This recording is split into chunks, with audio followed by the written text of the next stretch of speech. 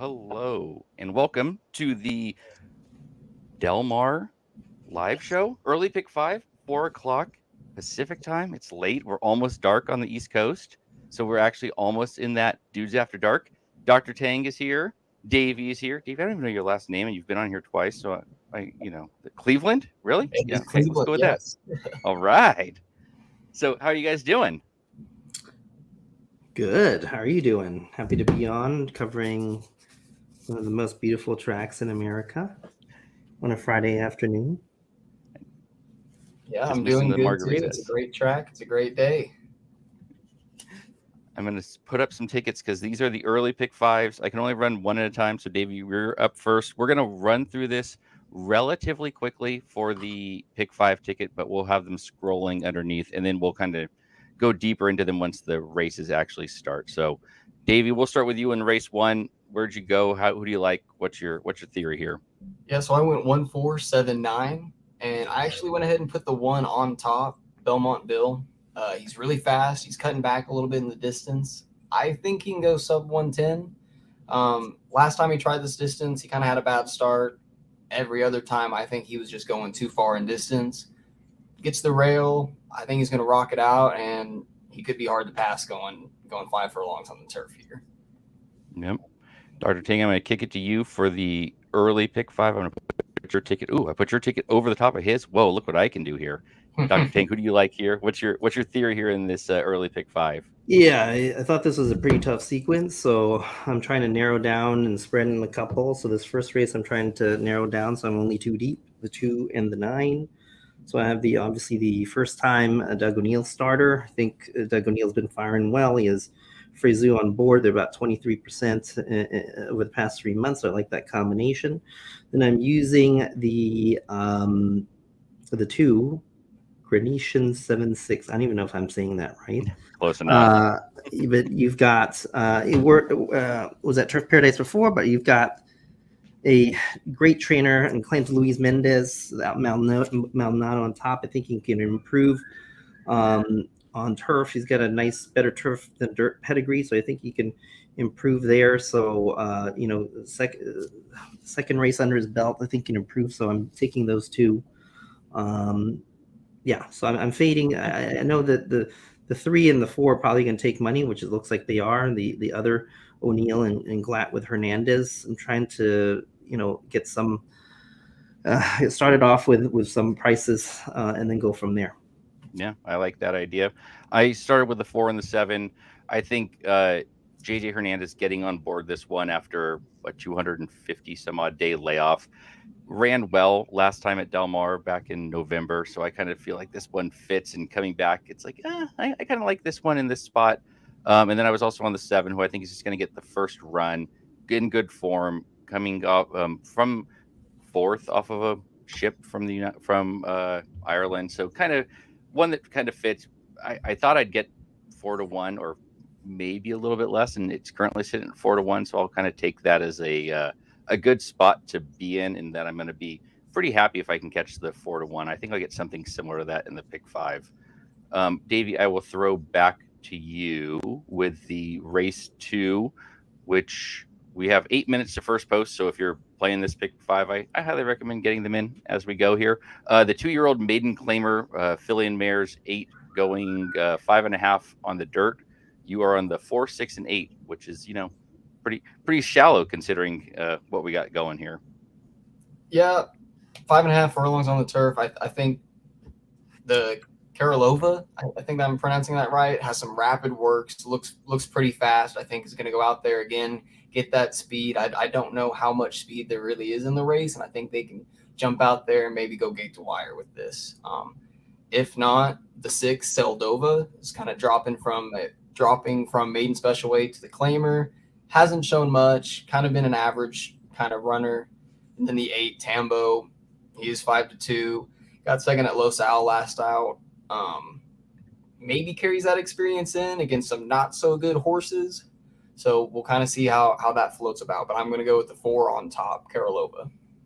I was also on the 4. I also had the 6. I also had the 8. I also threw the 2 in there because I like to cover half the field. That one is shipping and winning from Indianapolis. So kind of switch to the from turf to dirt. So I kind of like that. Dr. Thing, you were the one on the 3, the 5, and the 7, which are different than the rest of us. So explain to us why we're wrong. Well, we okay. So this was a spread race for me. I didn't know what much was going on. So the 3, well, 3 is a more interesting morning line favorite. I'm interesting nobody took it, but I like Mathis Maldonado. They're together at 43%. So I think it could be the speed of the race with the 9. I think without the 9 pressure, the 3 could go wire to wire. I mean, it in his last 2 races at Golden Gate, it was front forward. The 5, Barocchio has been a great claiming trainer down in Santa Anita. So this is his second race with the same trainer. I think it also could be in a stocking position to try to take this race. This is the second race in California before it was racing in Oakland against, I think, a little bit tougher company. And then the last one is the 7, Pereira with Nap. I like I think this angle they go to Los Alamitos, they kind of run a 6 furlong, kind of blast it off, and then when they come back to Del Mar and San Diego, they run a pretty good strong race. So I'm looking to see that. That's my little price, 6-1. I think it's going to float up, especially with the other horses here. Makes complete sense. I mean, if this isn't a spread race, I don't know. You better have a pretty strong opinion for a reason why. So, Doc, you singled the 2 in this in race 3, mile and 3/8 on the turf. Only 7, which in Del Mar is a really short field. What is it, Saratoga or something? So, non-winners of 1, I believe. You singled the 2. What's your thought here? Well, Phil, it's not. It may be a no-brainer, but it's Phil D'Amato on turf. You can't go wrong with that. It's got DeSormo on board. With these turf routes, it seems that it favors some closers, just like yesterday in the last race. So I think this one is going to have some pace to run into. I think the 3 is going to go, the 4 is going to go, and hopefully it'll mow them down once they get tied up front. Yep, that makes complete sense to me. Davey, you are on the 1. You singled the 1. You think he's going to try to go gate to wire, or do you think he's actually going to sit off of the pace here? I think he might just sit right behind the leaders, like second, third flight in. He's gone a mile and an eighth consistently. His past 5 starts, if you don't count the one he kind of got DQ'd 2 back, I believe, he's got a win, a second win, unless you count that DQ. But he's all over this turf course. He loves Santa Anita. He loves California, I think. He's really found his best stride. And I think stretching out here, he's still going to have that closing kick that he needs. I'm going to follow you with the 1. I really like the 4 coming out of some stakes races on the East Coast and then shipping here into allowance. So it's one of those, it fits into the ship and win. He's on some pretty bad form, and if you look at it, it looks like he's going the wrong way, but this seems like a weird spot to be deciding to send him. So I think this has some intent of winning here. And then I was also on the 3, going way back. He ran second over at Kentucky Downs, and then also ran pretty well at Churchill in 2022. So he's got some back numbers that I figure maybe that can work. So I ended up there. On the 4th race, I will do a quick one because I think, nope, that's not my short one, but short enough. I like the 4 the most, and I'm going to single that my late pick 5. Wish they all could be back on dirt for the second time, coming back for Pipey. And Rispoli, I kind of like this angle. I'm also on the 6. Signora Minister, close enough. If ran twice on dirt, ran second in its first race, won last time at a 25K claimer, so a slight drop coming from Los Al back over here. And I'm going to call it second as a 4-year-old, but only because it's second as a dirt race. So I'm going to use that as my pretend second as a 4-year-old. So I'm on the 4-6. Dr. Tang, where did you end up here in the 4th race? That's a good question. You're on the 3, 4, and 6. So you and I are both on the 4. And yeah. Oh, you mean, why do you like the 3? The 2, 6, 8, 9, you mean? Did I write your? Oh, nope, I'm on the wrong ticket. There you go. I'm good. But big time failure as a host. 2, 6, 8, 9. So we're not even close. Just the 6. All right, so let's start off with the 2. Everly's Girl. this trainer Naranjo, you may not know, but he's claimed it off. His decent claiming efforts, about 15%. He's got one of my favorite jockeys, Barrios Hector, on. I think he's riding really well. He got a 6-1, and I think what he can do is can sit the pocket trip and maybe have a nice trip to come around. 6 we talked about. My other ones, the 9, I think is the speed of the speed here. So if he's brave enough, hopefully Alcigor will send them, and he's my wire-to-wire threat, the 9. And then I have my 8, who's the dead closer. Reed France and Franco. This horse recently raced in the fair at Pleasanton. It has a nice closing kick, so if this race falls apart, hopefully it can pick up the pieces, and we'll go from there. He's a nice 4-year-old as well, so the 2 and the 8 are 4-year-olds as well as. So I picked more the older horses rather than the 3-year-olds. I mean, this was going to be a tough sequence. So, Davey, you and I are on the 4 and the 6. So tell me about the 3 and what you like there, and then we'll hit this last race as we got a minute to post now. Yeah, he's coming off an allowance optional claimer from Golden Gate where he got 3rd. I kind of thought that he could be a speed factor in there.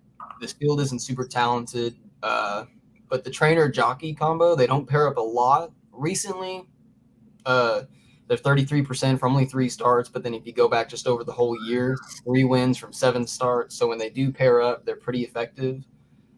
For this meet, I think he's got the talent, a bit of class, and that he can be a real factor in this race early on.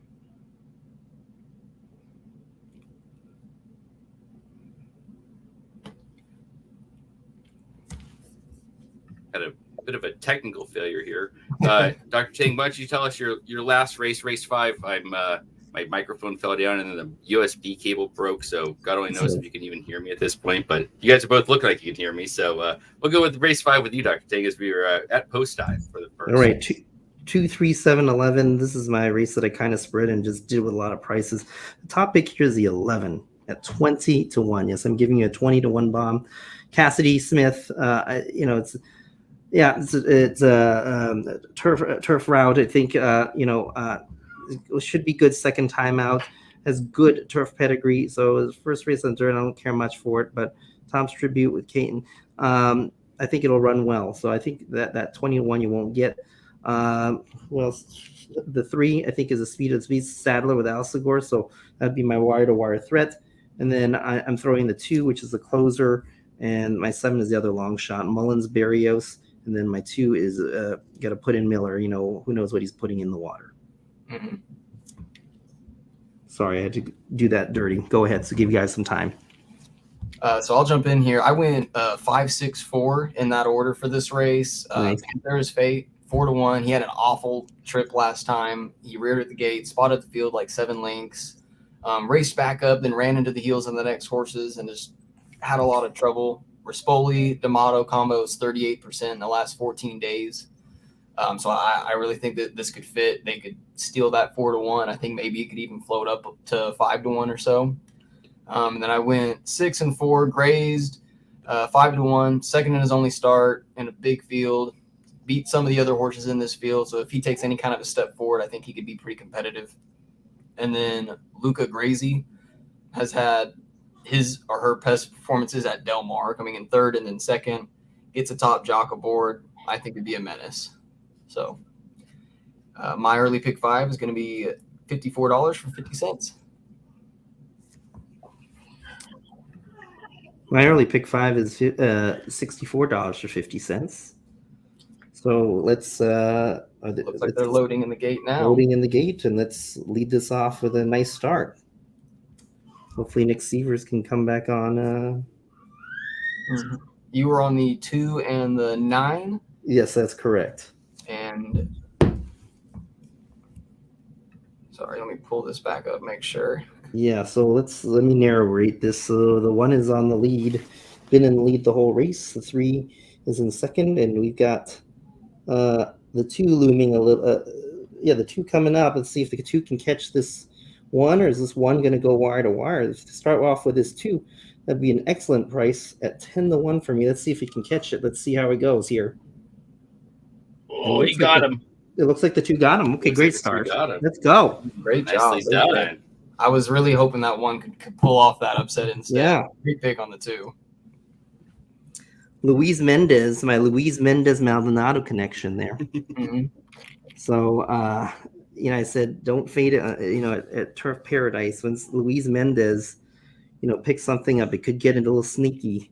And we got all of that 10-1. It was 8-1 morning line. So hopefully some people played it. I only went 2 deep there. So hopefully we got something cooking.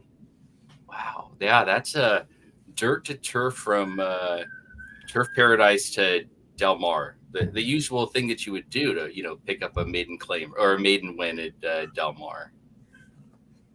Somich says it's one of my those are one of Dr. Tang's specials. So there's one for y'all. Luis Mendez claim. Just don't look that over. That he's kind of sneaky. Yeah. I mean, at 10-1, you're going to get paid significantly in that one if you can finish this one off. Yeah. So me and Dave are dead, so we'll pretend like those weren't actually there. So we'll fire back with a pick 4 because I was gone and Magic's texting me, yelling at me, "Where the hell did you go?" And then here I am, killing a pick 4. So we'll fire back at this pick 4. I don't know. Pick 4 isn't the pick 4 at Del Mar like 28% takeout or something outrageous? So probably the exact wrong place to be, but yeah, it's Friday night. What are you gonna do? Yeah, it's all right. So my daughter is apparently in the chat, so we're going to all just make fun of her for a little while because nothing gives a 13-year-old a complex as much as making fun of dad in a YouTube chat room. It's going to end well for everybody. I hope you get into therapy next, Dr. Tang. Because there we go. This could be the therapy, Dudes After Dark, therapy special. We'll let her come in here and start yelling and screaming and carrying on. Good for somebody. So the pick 5 last week paid like 90, 96, something like that. Some 90 some odd thousand. The pick 5 on average, I think so far has been 17,000 if I saw that correctly. So I'm expecting with a 10-1 like that, we're going to get in that double 5 figures probably. Because the sequence doesn't seem to get any easier from here.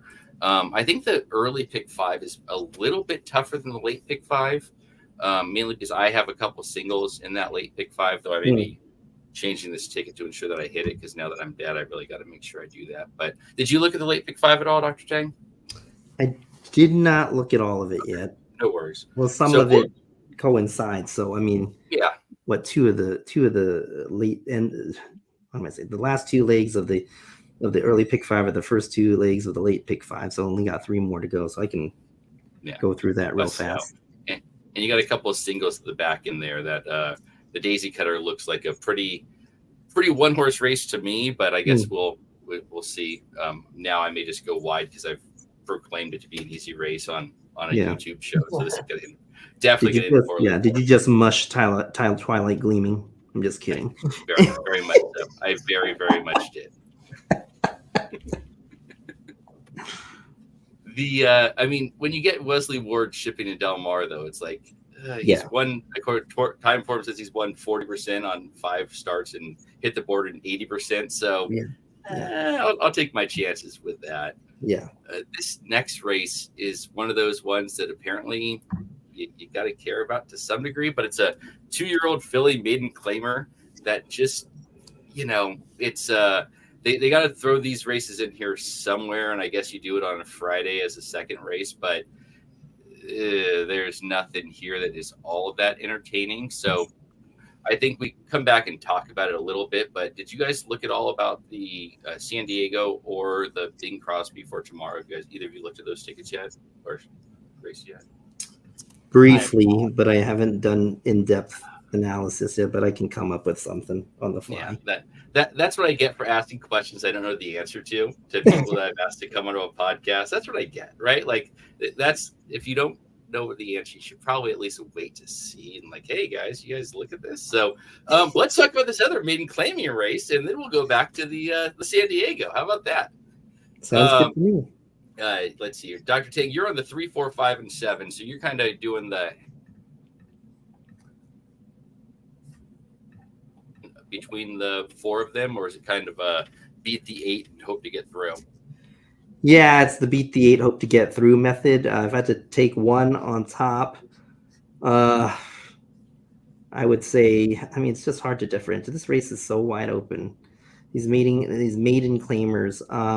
I would say, I would take the 3, the Miller with Vasquez, first time starter. I'm going more first time starter here, so I might as well take the one right now that's the longest shot on the board, which is 15-1, 16-1. So yeah. Seems that'd like be a nice double, hopefully. Yeah. Davey, I'm going to put your ticket back up and we can talk about who you had in this race just so you have it in front of you. You had the 4, 6, and 8. I had the 2, 4, 6, and 8. So did you have a preference between the 3 of them? Yeah, I think the 4 was my top pick. Kalleward. Just really nice works.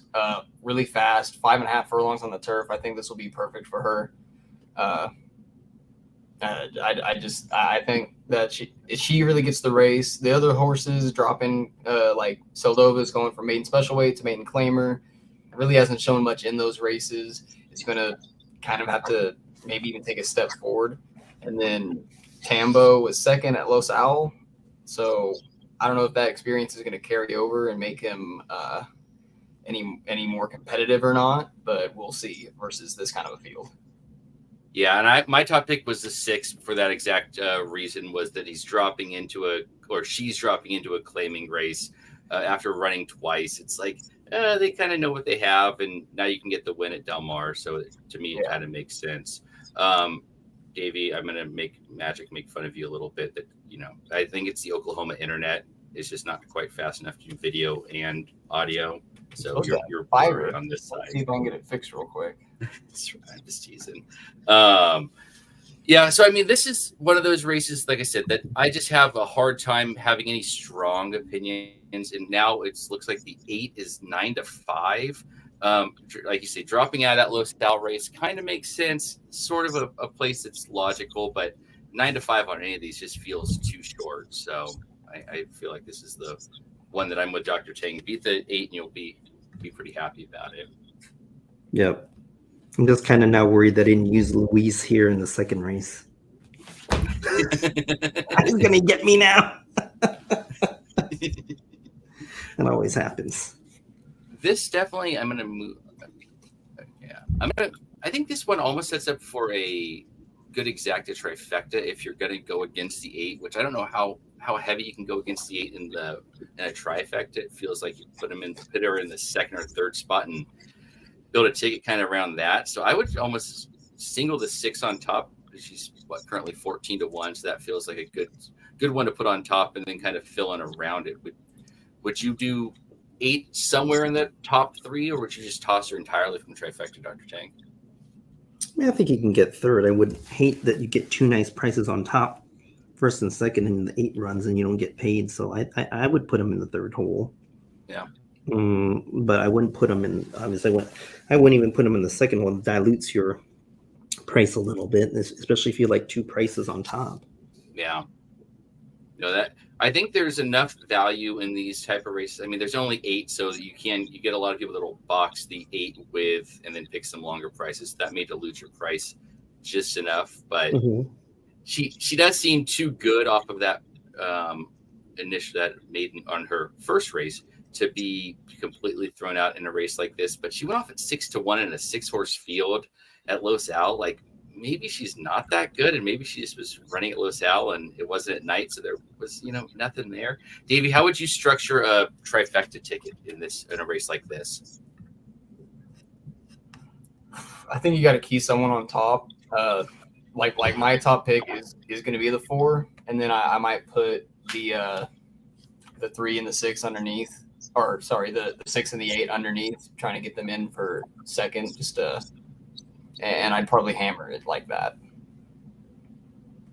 Yeah, I think something like that probably makes sense especially if you do a short enough underneath where you have 2 horses. I'd like to do 3 horses underneath if I'm throwing out the favorite, because it kind of gives me that added help of protection, feeling like I've accomplished something by beating it. But yeah, I think I'd go a 6 on top with a 4 and 2 underneath, and then the 8 in third. So a 6 with 2 4 with 2 4 8 is probably the way that I'll play a trifecta. And since I know how to look at the probables, I'll pull up everybody's probables as I talk. So, Doug, when you're live like this, I know we've talked about this enough times on the show, so I'm not going to get too in depth here, but you're more of a horizontal player as it is. So no real need for a cover or a hedge bet here because you're already live.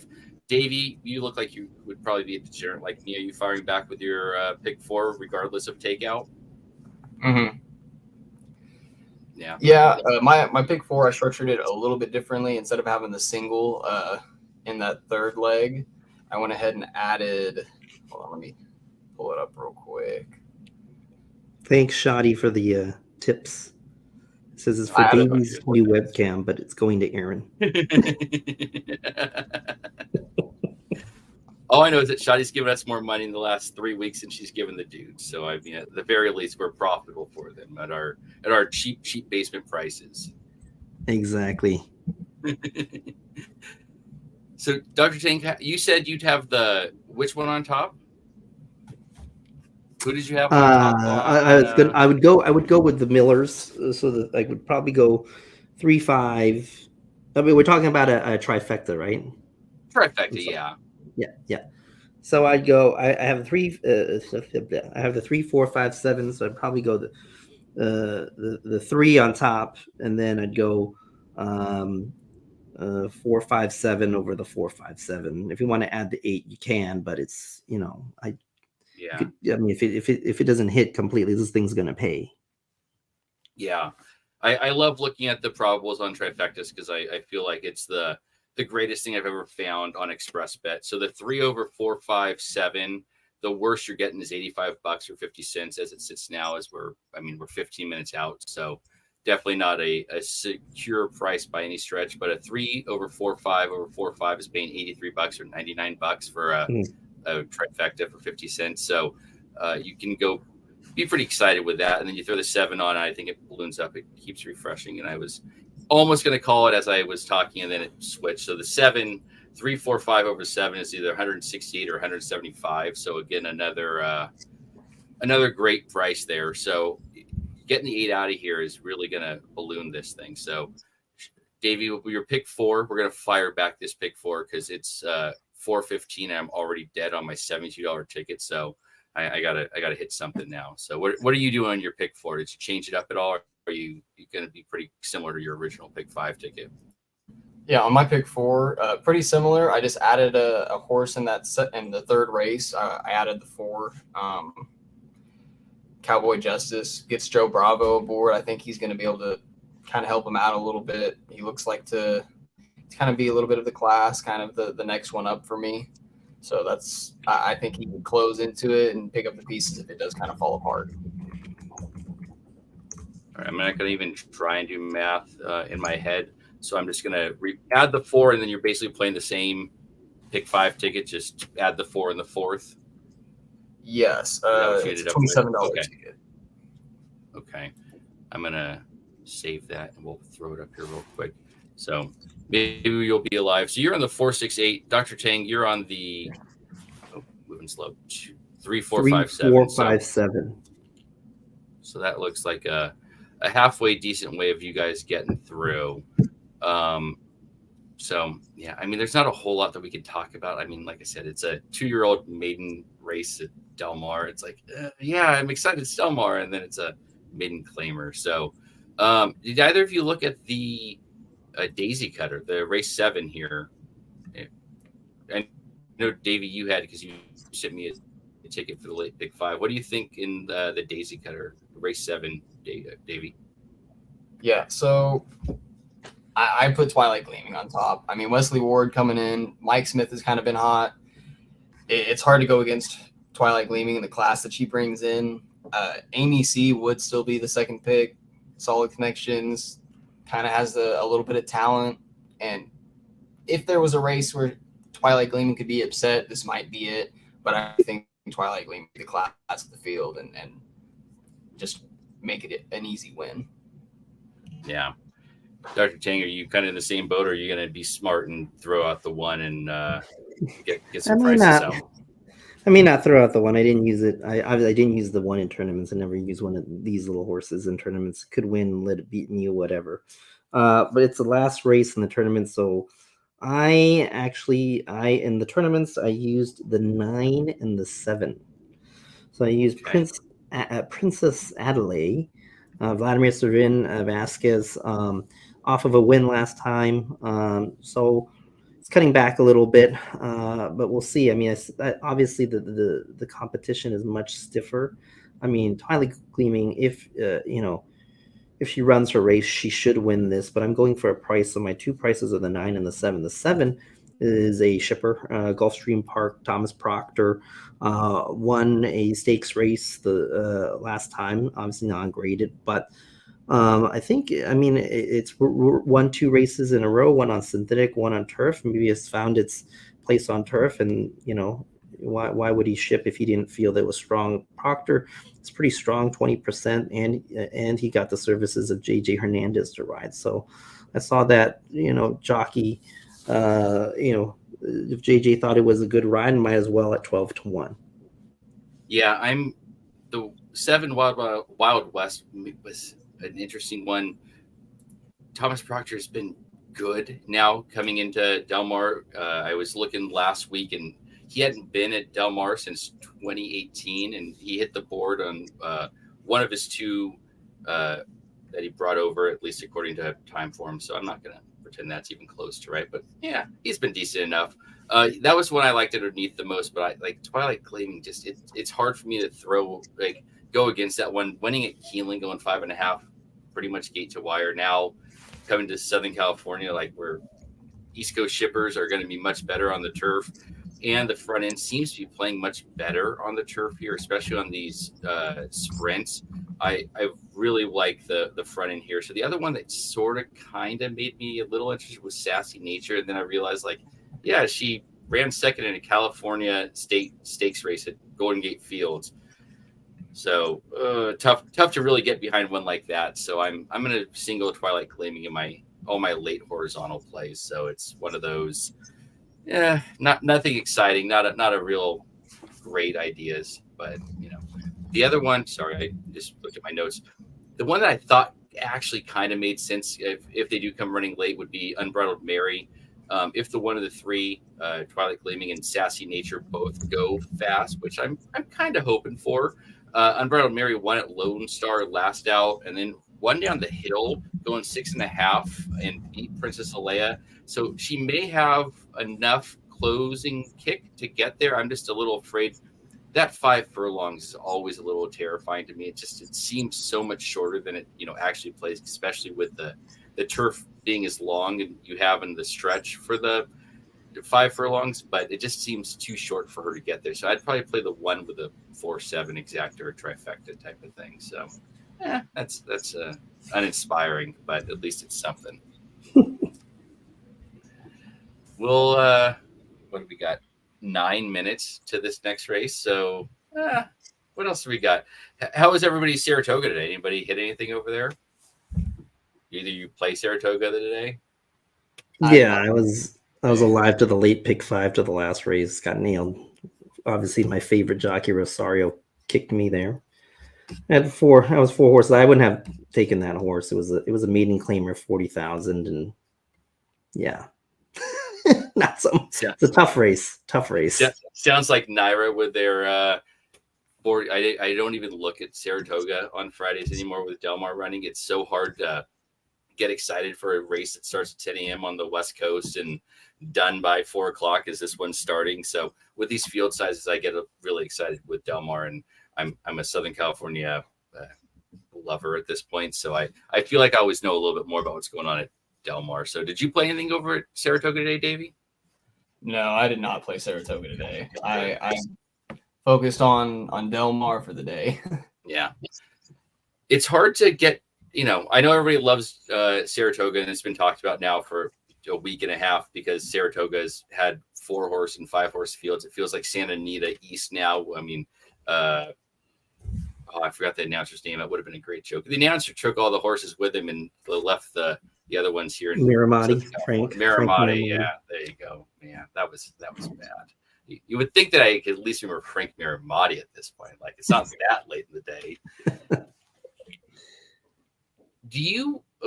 Because we have a few minutes and I'm in Sacramento and I care about Golden Gate Fields, I'm going to just bring up Golden Gate Fields for at least a minute.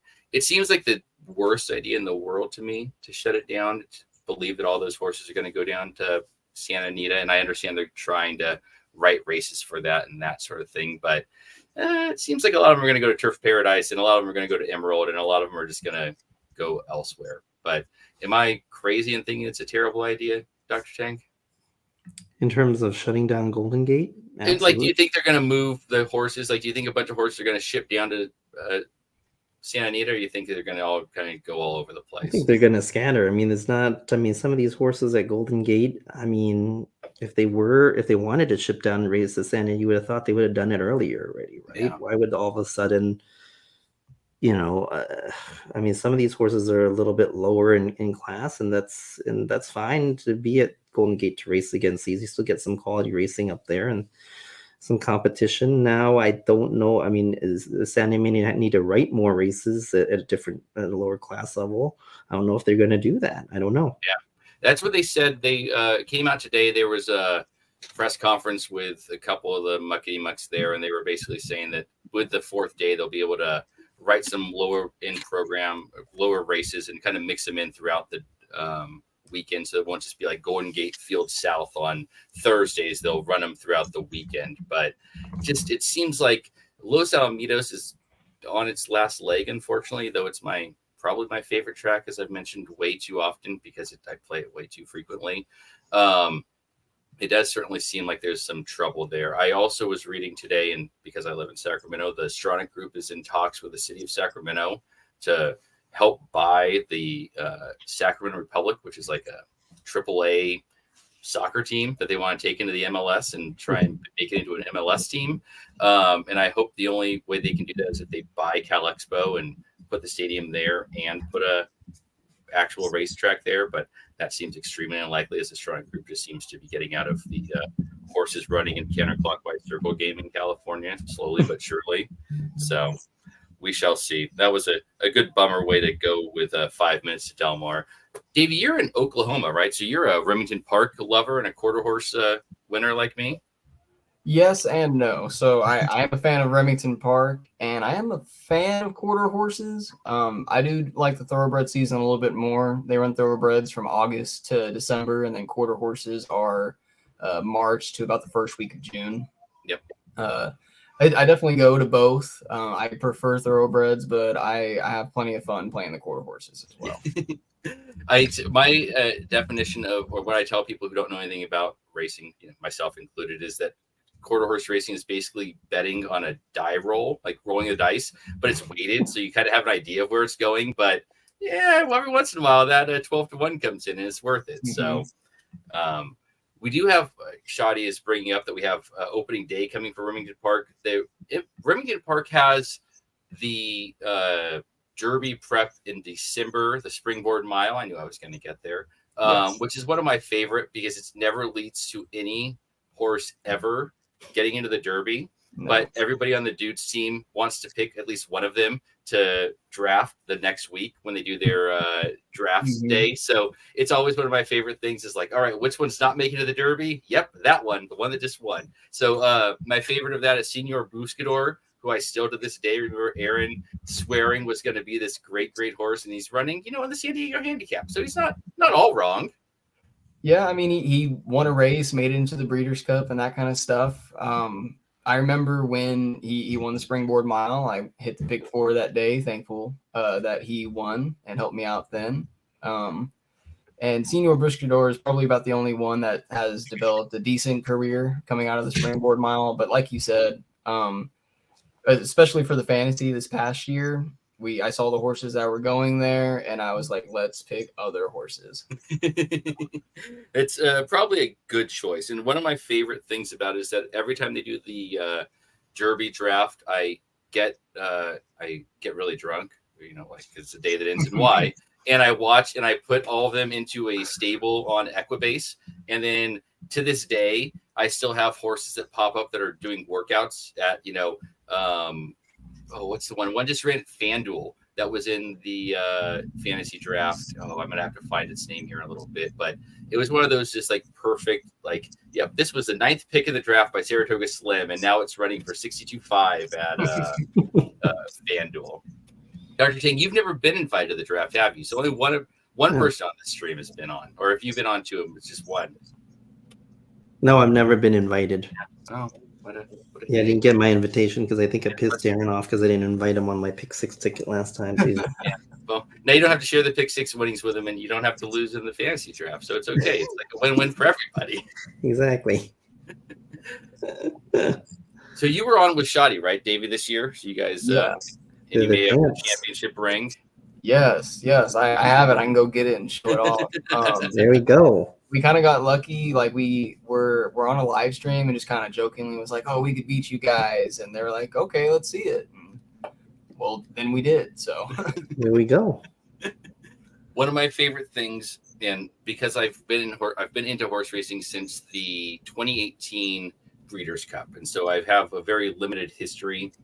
My all-time favorite Derby winner is Vekoma, who, turned out to be a great horse, but I swore was going to be the Derby winner. And I backed everything I had to Vekoma to win that Derby. And I'm pretty sure he got 19th. Like, the only one that beat him was Maximum Security, who like, yeah, even we had to put Maximum Security DQ'd in front of him because he was so far back. He couldn't even impact him in that race. But that was one of my favorites. So that I almost bought enough time to get us to this race, but we still got a minute. And the other nice thing about these 4:00 posts is they don't drag post time because they have darkness to hang out with. So, Dr. Tang, you aren't going to Del Mar, right? You're close, but you don't ever go because children is your excuse. But really, you just don't want to go because you like to be in your office and curing cancer or something.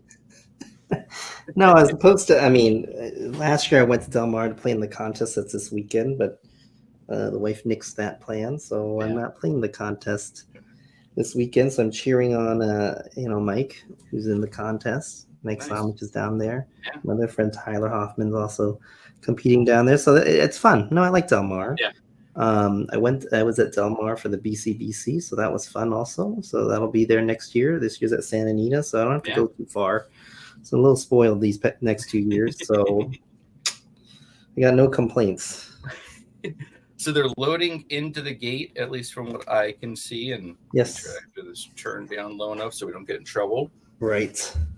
That is the one thing about that contest I don't like, is that it's on track only, and I understand why they do it, but people like me who have children who are turning 10 tomorrow really screw up my ability to go to this contest. And every year it's the same weekend. Every year it's her birthday party weekend. So, that night I don't like losing $4,000. So given the way that it's gone, I've been decent so far at Del Mar, but not great. And so I've definitely had some near misses so far. Yeah, it's a pretty cool contest. It's 2 days. It's like a little mini BCBC. So, it's a nice practice, but it's a pretty awesome contest. $6,000 bankroll. So, and it looks like they're all loaded up soon. Yeah, there was just some kicking and screaming back there. So I think they're getting in. Yep, loading the 4 now. Good luck to everybody. Let's see if we can beat this 8 to keep my ticket going. If it does, it could get a little interesting. Yeah, it would get really interesting. Really interesting with that single. And if that single, it's going to be even. Then I might have to sign off. I don't want to watch it. So the 4 is in the lead, it looks like. Oh. I'm on the wrong race, so that makes sense. Yeah, the 4 is in the lead. Yeah. Karolova, one of the first-time starters, Mendez. It's the Mendez I took. And I told you that's some really good work. That's everything I'd said. Had seen was that she'd been working well and should be able to get out of the gate. So we'll see if she can keep up this pace, and if not, maybe she'll just make the 8 down. It 3 is coming, and who's on the outside? There's 7 coming outside the 7. Ooh, wow. Desert Rhapsody, another first-time starter. That's the other Miller that I said that Hernandez was hopping on. Here comes. Ooh, this is going to be a little stall. Horse backing up. A little stall. Come on, slow down. Stop 8. The 8 may go all the. Ooh, the 8 may hold. Stop 8. Stop 8. Yeah, the 8 got it. Yeah, the 7 wasn't good enough. Well, She had every right to get there, though. ugh. Well, it's fun while it lasted. Well, it starts me off in the pick 4, but it's not fun at being the favorite. Yeah. I thought that 7 had a chance. I mean, it was hung a little bit, unfortunately. Yeah. And the 8 kept And- on going. You would think, I mean, the 7 had a race under her belt, and coming from Ellis Park, and Ellis Park has been playing very forwardly, that you kind of thought like, oh, maybe she has a chance of making a run here, and maybe she did, and maybe the 8's good, right? Like that's the one thing about these 2-year-old races, like, yeah, maybe the 8 is just a good horse, like that's also a possibility. It's hard to judge here. Yeah, it's just And the other one, my 3 made a nice run up the rail, just couldn't get it. So the 8, 7, 3. I gave out the 2. I gave out the 3 and 7 on top, but the 8 flopped them. Yeah. So, and that's definitely one of those that's hard to take a what ended up being 6 to 5. Yeah. I don't like, especially one of the things that I use as my barometer here is the 6 to 1 on its first time out over at Los Al. Didn't really get bet, so like now I'm just swallowing a bad price on a horse that was only short because it has that race. So, but it's the one that wins, and Davey survived in advance. So you had a pretty short in this one, right? You were the 4, 6, and 8, Davey. So you kind of you were rooting against Dr. Tang, so it happens. You got me in the first one, so I had to get some payback. Yeah.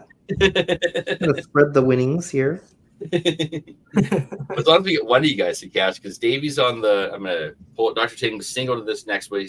Dr. Tang is on the 1 and the 4, or sorry, Davey's on the 1 and the 4 here in the next one. So I was also on the 1 and the 4, so I don't want to make you feel too uncomfortable, Davey, but it's not been going great for me. I'm 0 for 2 so far. No, I had the 8 on my ticket. Just kidding. I had the 8. I like to swallow some chalk. So maybe we'll get the 4 together, the pick 4 together that I'm not in. So I'll reach you home for that early pick 4. They don't have. So one thing I love about Saratoga is they have the middle pick 4 and that race 4 through 7 that so far I think is averaging $42. It's been, I don't know if Saratoga is the chalkiest it's ever been, but my goodness, it certainly feels like it. There's been not nothing, but so much chalk. It's really quite something.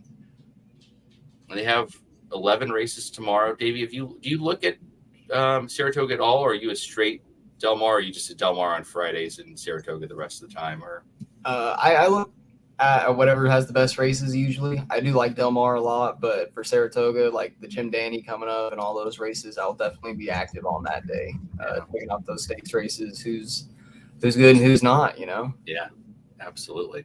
That Jim Dandy is really, while only 5 horses, I don't know who else you want in there, right? I mean, I guess if they combine the Haskell and the Jim Dandy, then it becomes even more exciting. But yeah, that's one of those things that we'll fix horse racing in the next 30 minutes while we talk about how to not have 3-year-old races running a week apart from each other that all pay a bunch of money. Like, you guys could spread this out just a little bit, maybe. So, Dr. Tang, are you playing Del Mar, or are you playing Saratoga tomorrow, or are you playing everything tomorrow? I'm playing everything.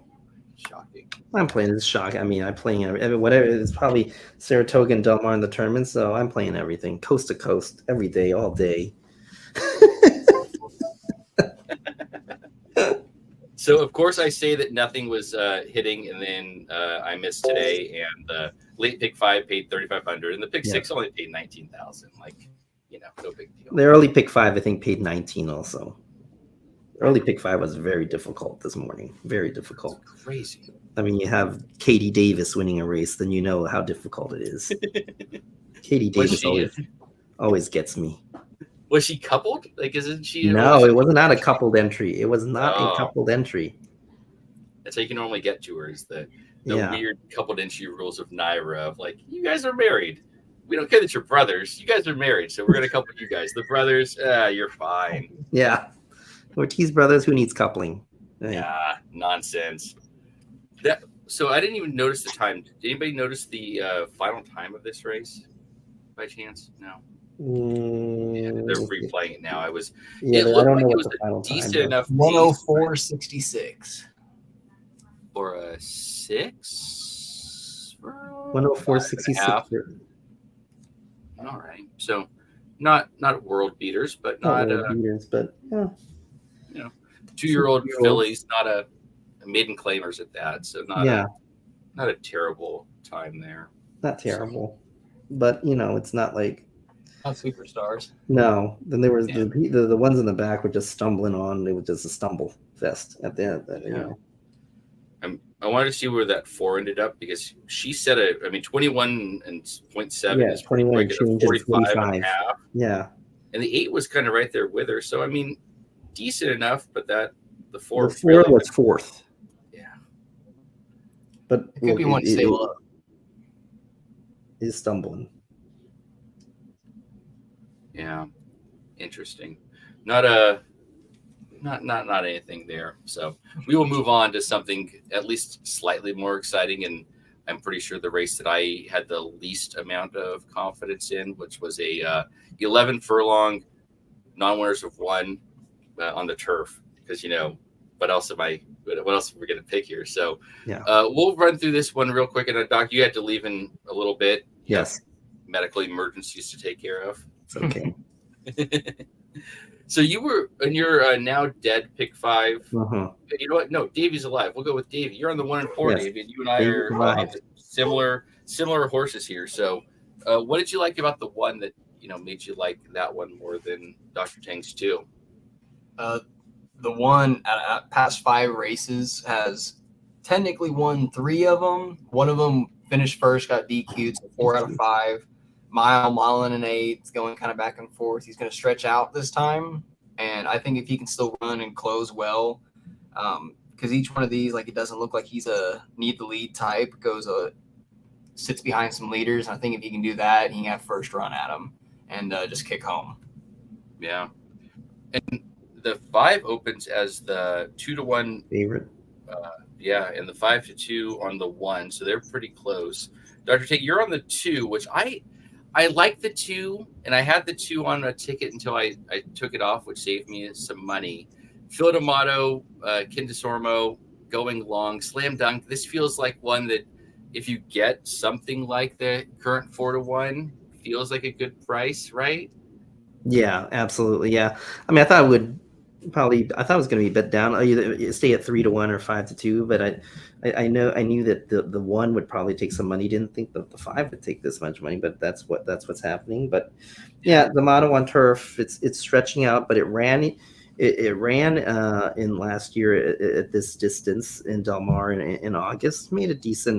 Had a decent closing effort, so I'm hoping it had this race has more speed for it to close into. It's definitely a dead closer, so we'll see. It seems that in terms of the turf routes, the closers have had a little bit better advantage. Just the first week. Obviously, it's hard to give it a bias or whatnot after the first week, but closers on these turf routes have been pretty solid so far. It's hard to go wire to wire. Yeah, it's been really hard, and there haven't been a whole lot of routes. I mean, the mile they technically call a route, so there's been enough of a sample that you can say, like, yeah, the closers are pretty good. The 2 Ryjek did win at this basic level, an allowance to go to 1 3/8 back in 2021. Yeah, and ran pretty well. Beat Margot's Boy and Warden Jerry. Oh boy, that's some memories. Well, Also beat ran against Red King, in the San Juan Capistrano back in last year, going down the hill. So it does definitely have some longer races in its past performances here. Just that last 2 definitely feel like preps to kind of get it to go longer, and probably this one is even a prep to go in one of those long turf stakes races they'll have at Del Mar. So you can throw out the last 2 would be my way to get there. I mean, at 4-1, you feel like the field's a little short, but that's how I got there. You got to cross off those 2 8 furlongs. So exactly. Yeah, it just seems a little bit too short for it. Didn't seem to have anywhere to go. So I kind of like that. And I was on the 4 with Davey here, where I liked it coming out of these allowance races, and came out of the Wise Dan at Ellis Park, which I'm just going to throw basically all those races out. But coming from Ireland, maybe it will be okay on a turf like Del Mar, where it's extra firm, but also sandy. So maybe that gives it a little bit of a soft to it, because didn't run great going long back in Ireland either, but kind of seems like, what else? Why are you doing this, right? Like, is it just to get that $4,000 ship and win? That seems like a bit of a stretch. So maybe I always want to say Charlie Murphy when it's Connor Murphy, but Charlie Murphy just sounds like more fun. So Charlie Murphy shipping over here seems like an interesting choice. So yeah, and Davey, you were on the 4 as well, right? Yeah.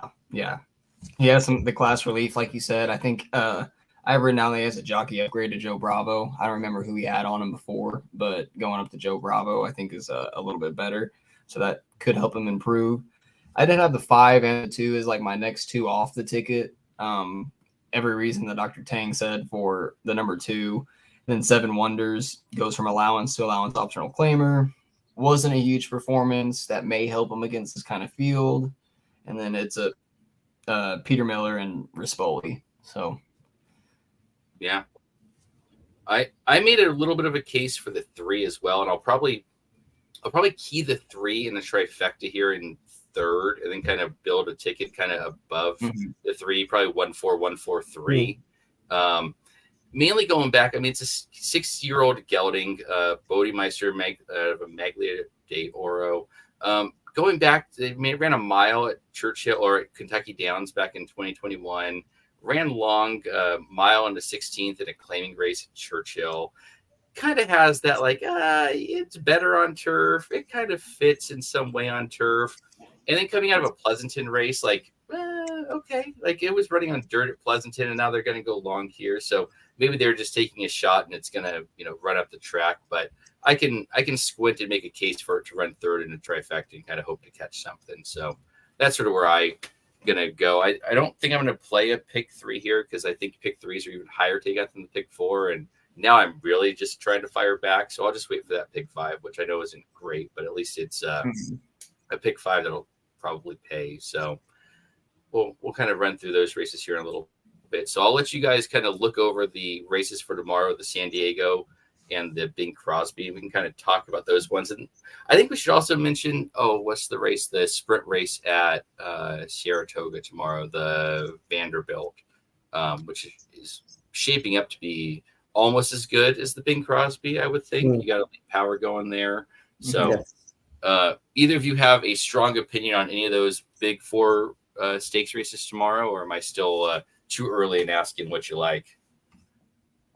Just give me 1 second. I can get it pulled up real quick and probably tell you real fast. Yeah. So go ahead. Yeah, as I say, in the San Diego, it feels like a full field that's kind of filler, which is one of the few times I can say that. It's Del Mar this year. Defunded seems to be the horse to beat. Just likes to go 1.25 miles. I think that would be its one big hold up here, is that it's going 1 mile and 16th, and maybe it's too short for it, and maybe Slow Down Andy or Brickyard Ride get the pace and just take him wire to wire. But I like Defunded, which is not a real fun choice. Miss the Cut kind of feels like one of those that can come underneath. Ran 2nd to American Admiral, but been running on turf all over Europe, and then went to Saudi Arabia, I'm going to say KSA, and then came to San Anita and ran 2nd in allowance at even money. So it kind of feels like maybe we're not going to get all of 5-1, but a 6-4 exact is kind of my baseline play, I believe. Yeah, I agree with you. Yeah, I mean, I think Defunded is going to take the money. As like can the issue is, you think Brickyard Ride and Slow Down Andy are going to go into a speed duel, and then Defunded kind of sits off and powers on through. I mean, I think Royal Ship, I think won last year, right? Won the same race. Royal Ship is gonna. Oh no, never mind. Sorry, Paroli's scratching. Yeah, Royal Ship is in. Yeah, Royal Ship is the quote unquote defending champion. I remember that because I had a nice contest bet on this. It got me up to 8th place in the first day with this. So nice. I went off at 9-1. That's how I remember it. So Royal Ship has a special place in my heart. So let's see if it. I mean, Mandela has these horses ready to go. I mean, usually. So I'll go Rocket Ride last week. So I mean, I trust Mandela. I think he has him in a nice spot. We'll see if he can improve on his last race, although it was at Golden Gate, but let's see how it goes. And I also, I think I like, Miss the Cut does look interesting as well. We've got Sadler with Hector Barrios. Probably needs a race, but if he thinks he can, if Sadler thinks has the confidence to put him in a grade 2, I think it's something to watch. Yeah. Are you on anybody else debut? You kind of follow on us with the. I will not talk anyone onto Senior Buscador. I know he's from Remington and he's got a special place in my heart, but I think he's outclassed and outgunned.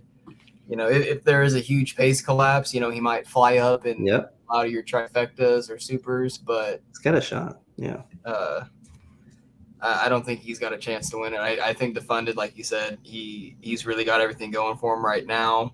Royal Ship was my second place horse actually at 6-1. I thought, like you said, Mandela Smith is on fire. That's a solid exacta right there, I think. So. Yep. Smith won with him last year too. So. Yeah. I mean, this race, like I say, I don't think it has a whole lot of. There's names, and it's a race that it can be something, but to me, it sort of feels like it's kind of the same old group we've been seeing. So nothing that I'm really all that super excited to be playing. The Bing Crosby, on the other hand, is really quite the race, and it's quite the setup here that I'm very excited about this race. I'm way against Mr. Somich and Spirit of McKenna. I'm going to let that horse beat me every time, and it continues to beat me every single time. So, one of these days I'll be right and he'll lose. This may not be the time.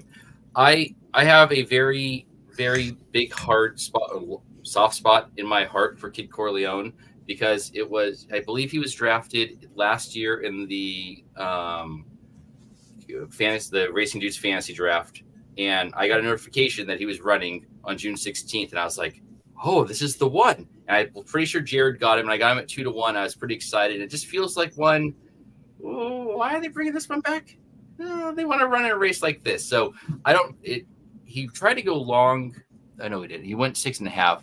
He just seems to like the shorter distances. I don't know if he's going to be fast enough to get in the front of a group of killers like this, but at 20-1, it certainly feels like if he does get out there, he may get brave. And at the very least, I'm going to be keying in my exactas and trifectas.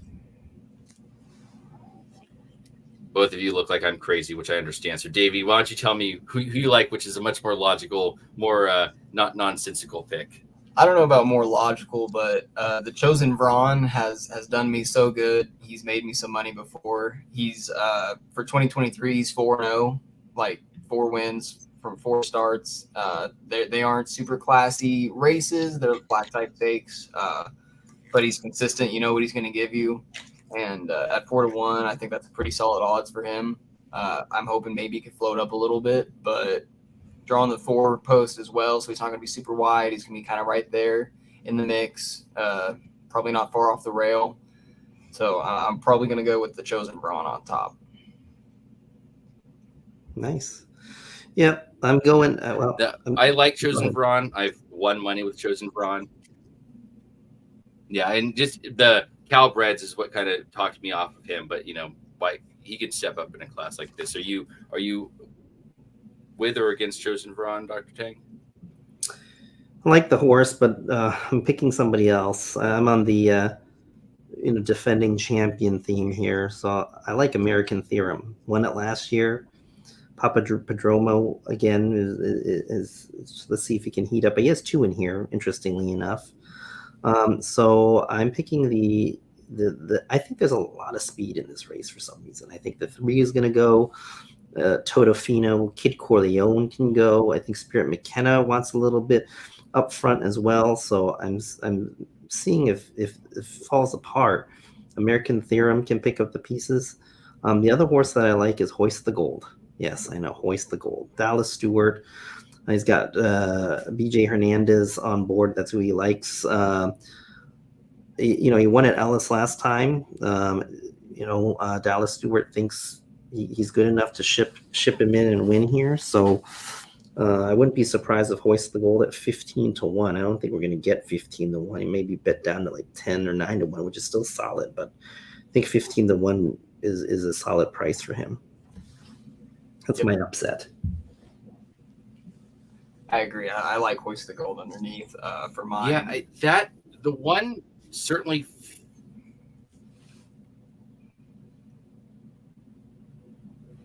Go ahead. Go ahead, Nick.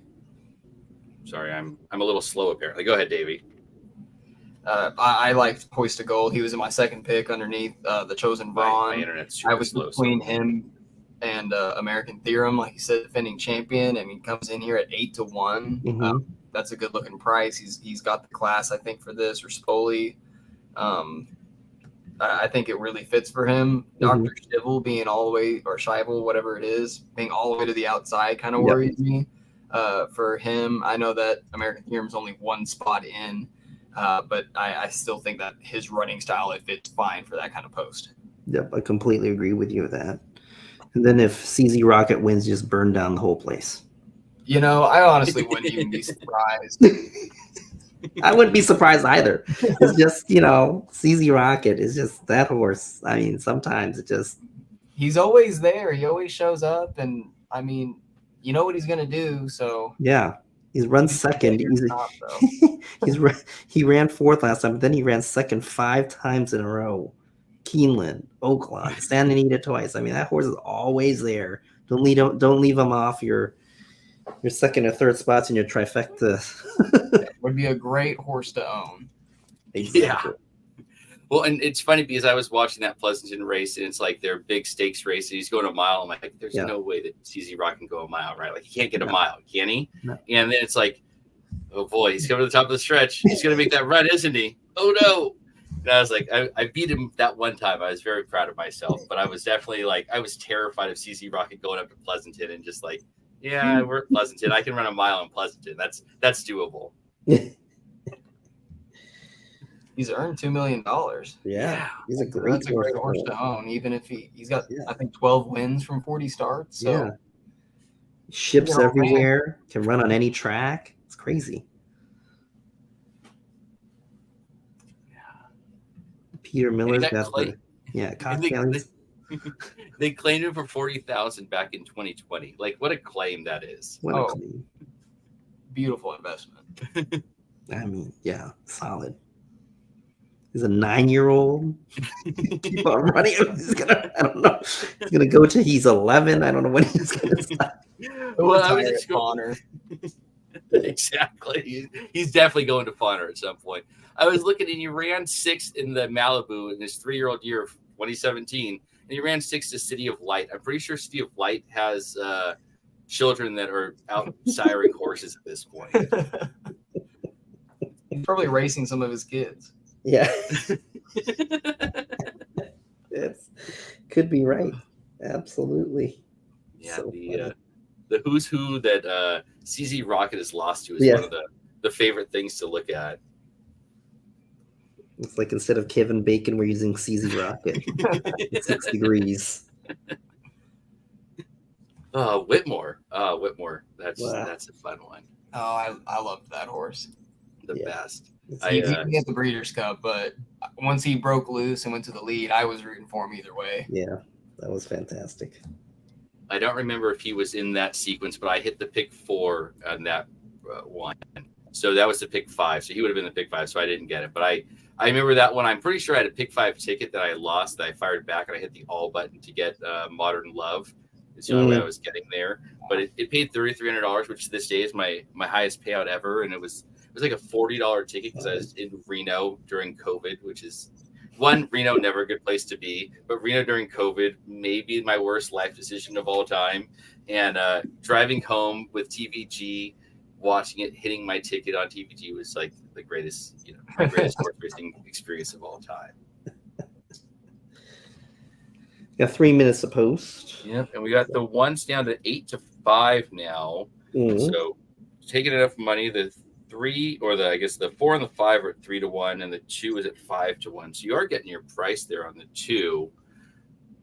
So I think that's a playable one for the win bet. I don't other than the one, I kind of feel like you're getting the right odds, and even the one at 8-5 doesn't feel. I mean, it's short, obviously, but it's not so short that I'm like, oh man, that's too short. It's not 4-5 at all. No. I definitely was hoping it would stay closer to that 2-1, maybe float up or something, but 8-5 isn't bad. So I've got this Vanderbilt pulled up. Who did you have, Nick? In the Vanderbilt, I ended up. I was kind of all over the place. Let me pull it up. I forget who I had. Yeah, I gotta pull that up too. Let's see here. There we go. They actually got horses in that one. Elite Power feels unbeatable at this point, but that's why I wanted to go against him. And Gunite seems just as good to some degree. I mean, they both came in they both ran in Saudi, and they ran 1-2. So it's like, yeah, they kind of feel like the ones that should be doing it. Gunite came back to win at Churchill, and Elite Power ran and won Belmont. So they both come in well. I would take a shot with Dean Delivers. It kind of feels like one coming up from Gulfstream, like, this is a weird spot to decide to run this horse. It's past enough horses going 7, so it may be too short for it to come in pass at the end, but at 8-1, and I figure I get all of 8-1, probably closer to 12-1. It'll probably be my underneath play. Pick either. I'll probably have Gunite on top and Dean Delivers in second, and then maybe Little Vic because of my love of Little Vic in third. But I'll be a 5-6 exacta, I guess, would be how I would fire at it. Nice. What do you think? I agree on Elite Power. He just looks unbeatable. I mean, he's got the two monsters of Elite Power and Cody's Wish, and so it's which one would you rather play against at some point? And I think it's going to be Elite Power. And I'm an Asmussen fan. Being at Remington, he's always there. He's always racing. And Gunite, I liked him a lot in the Breeders' Cup Dirt Mile. He let me down a little bit, but it was Cody's Wish who has really turned into a monster. So I think I might also put Gunite on top. It's really difficult, but I think I'm going to have to go with him as well. Yeah. Dr. Tang, are you going to make it 3 for 3? Yeah, I think it's in between Elite Power and Gunite. These two horses, I think, tower above the rest. I mean, yeah. When you go against a horse that's won 6 in a row now for Elite Power? Exactly. I mean, the Vosburg. Look at this, the Vosburg. Then it wins the Breeders' Cup Sprint. Then it whacks people in the True North. It's also Bill Mott's birthday weekend, so he usually does well. Does he go off at 4-5? I bet you get shorter than 4-5. I think it goes shorter than 4-5, depending. But you're going to get money on Gunite as well. So yeah, I think those are the two that is going to take. But I think he's going to go. I think he's going to be at 3-5. Yeah. I mean, if Gunite wins this race, it would be 1-5. Dr. Tang, who are you putting underneath, or do you have an underneath play? Do you just hammer that exacta between the two and you play it straight? What do you think? I would hammer that exacta either way, either the 5-4 straight or the 4-5 straights to get some more value on it and make it 2-1, maybe 3-1, depending on it. The other sneaky horse that I think it needs to take steps up, but Gun It. That's going to be a real fun way to call this. Gun It. So Gun It with the best trainer in the country right now, Linda Rice. I mean, best trainer in the world. Best trainer in the world. I mean, she's at like 30-something%, and it's crazy how Chad Brown is like 10 feet. And Pletcher, I mean, she's out training Pletcher, Chad Brown. It's amazing. Linda Rice. Just for Linda. Yeah. Nothing suspicious at all as she nothing in Kentucky and moves into Naira, and they all become winners. I'm nothing this year. I mean, and she's claiming horses and winning them. I mean, she's claiming horses off Cox and winning. I mean, that's amazing. I mean, it's like she claimed Gunnet from Steve Asmussen, and ran second in an allowance, ran third in an allowance on turf, and then won a allowance at Belmont, and now just a grade 1. It's what every trainer does. Let's go up in a grade 1. Off of Steve Asmussen and move him up to grade 1 status. Best trainer in the world. Best trainer in the world. Yeah. And they're loaded in the gate here, so they're about to There break. we go. Let's see how this race goes before is. commenting on Stewards and Linda Rice. Anyways, and we're off. One of these times, one of us is going to actually have to call these races, and we're going to have to call it like we're race calling. I'm going to have to. We need fewer than 9 horses to make me be able to even have a chance. So the 5 is on the lead right now, slightly. Which you guys are about 4 seconds ahead of my stream, so you don't want me calling it. That would be an interesting call. So the 4's in the lead. Cowboy Justice is interesting. I thought the 3 would give some pressure. I thought they wanted the 3 on the lead, but I guess not. So Cowboy Justice with Connor Charlie Murphy is a trainer is 25 and change for the first quarter. Not blitzing here. But a mile and 3/8, you figure that they're going to run New York type times. 49 and 6 in the half. All right, even New York is saying that's slow. Yeah, so if they're letting him run like this guy, Cowboy Justice could go wire to wire. They don't give any pressure here. Yeah, I mean, especially if he's looked to have picked up here in the next quarter mile, but that turn always throws me off. So it's going to be just as slow. Minute 14. But Joe looks really relaxed with his horse. That's the thing here. Mm-hmm. It ended up going off at 7-2. Yeah. So got bet down a little bit. The 1 got bet down to 8-5. So now we see some horses thinking this is a little slow. Let's try to make our move now. The 5 seems to be putting a little pressure on it with Rispoli and on 7 Wonders. And now here comes the 1 who looks like he's on olive run. And my 2 is gone from this race, it looks like. Is this 5? Here we go. It's going to be a duel between the 5 and the 4 and the 1. Oh, there's some contact between the 5 and the 1. And the 1's going to come down. So let's hope for Davy's sake that 4 keeps running. Here comes. It's going to be hard to take that 1 down. It's going to be hard to take the 1 down. The 6 is second because. Wow. It's going to be hard to take that 1 down. I don't think. Right. I mean, it was much the best horse. I mean, can you say that it cost the 5 a position, quote unquote? But that 5 seemed to be fading. Yeah, he seemed to be fading. He seemed to be coming out. So I'm sure they'll look at it because they always do. But the way that the 5 just started going backwards after that certainly feels tough to say that the 5 was cost anything from. Yeah, I think the 1 was the best horse there, whether it connected with the 5 or not. But, these stewards, I can't predict it. I mean, last week they didn't disqualify that horse for. I mean, they disqualified the horse and put Baffert on top.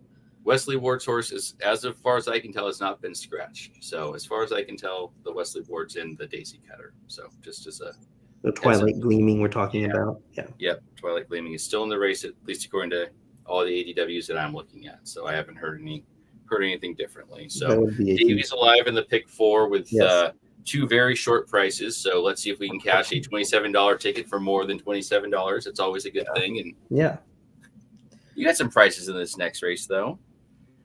Yeah, let me pull it up real quick. Let's see. Nah, not so many prices in the next race. You got prices in the last leg. Yeah, the last leg I think is the one I really went a little bit more wide on some prices. Yeah, not so wide, but that's okay.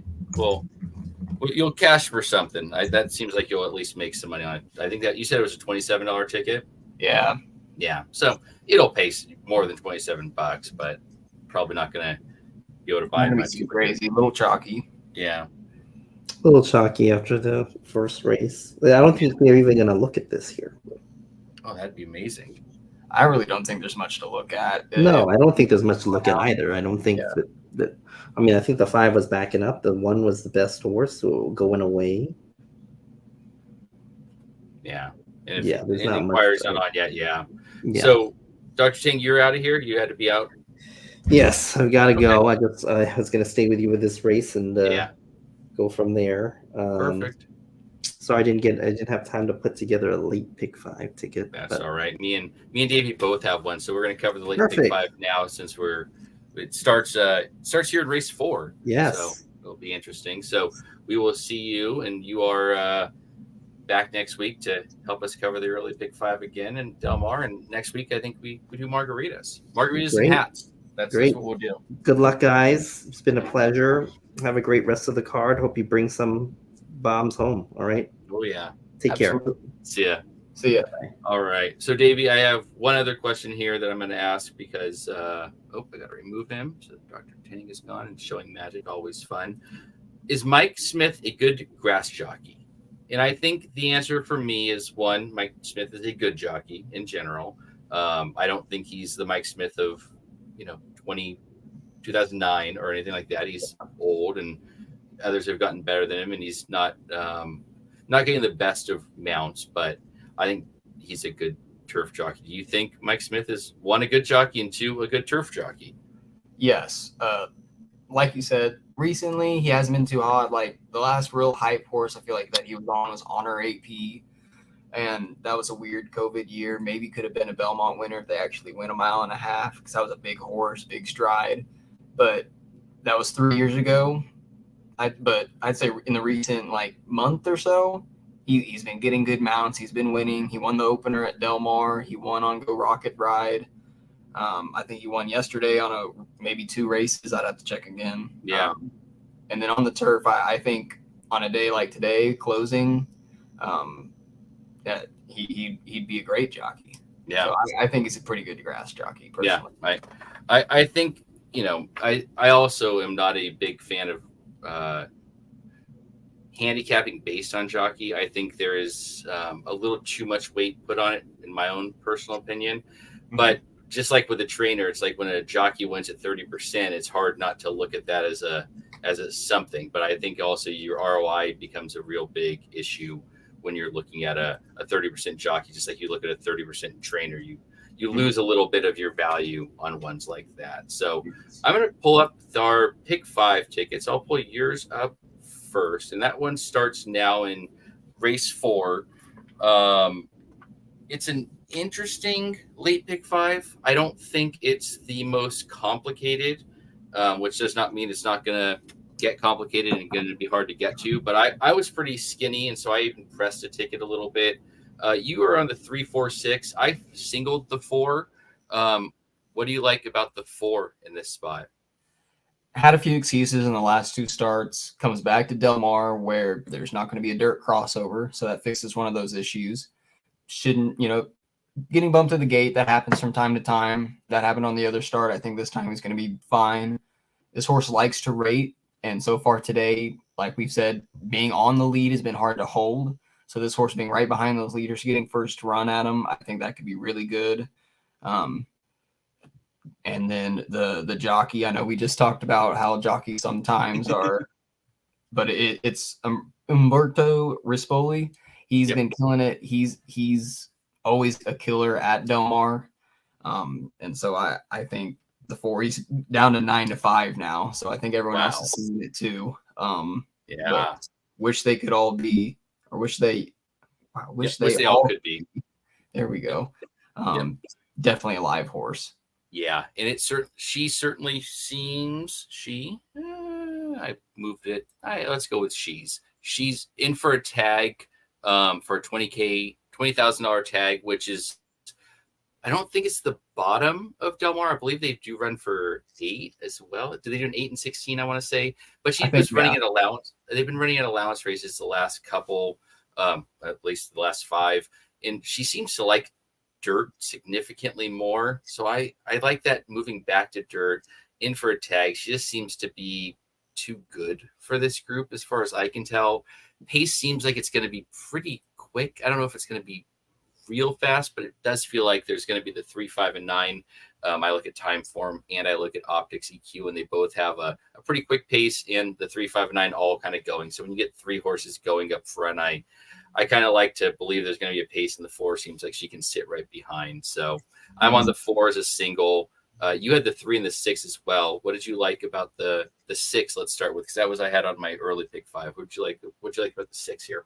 Coming off a claiming win at Los Al, where she came from off the pace as well. So wasn't on the lead. Going to be kind of in the mix in the mid pack as well. Not going to be on that blazing pace if there is one. And that was really it. It was a pretty impressive run.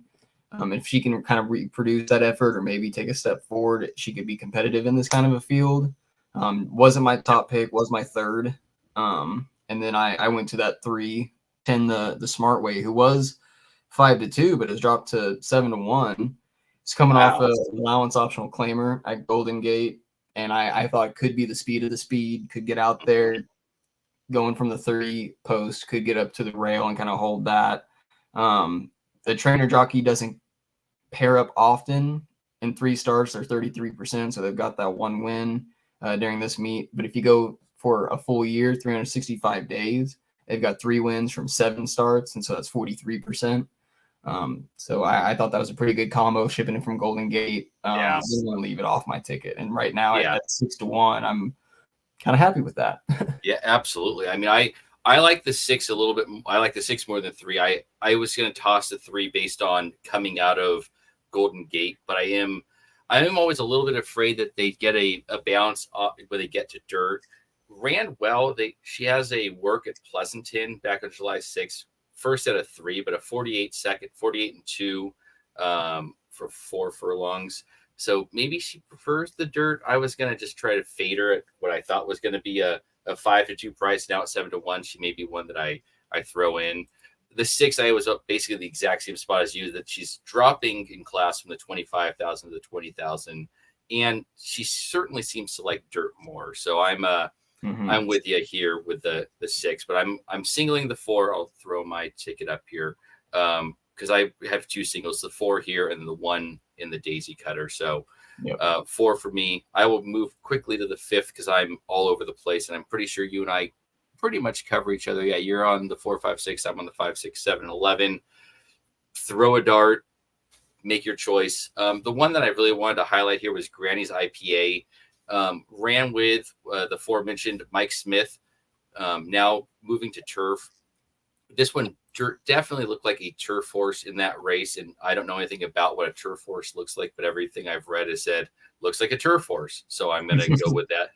So at 20-1, I think you get every bit of 20-1. The other one that I really liked, and I'm going to press in a $5 ticket, is the 5. Had a really bad trip.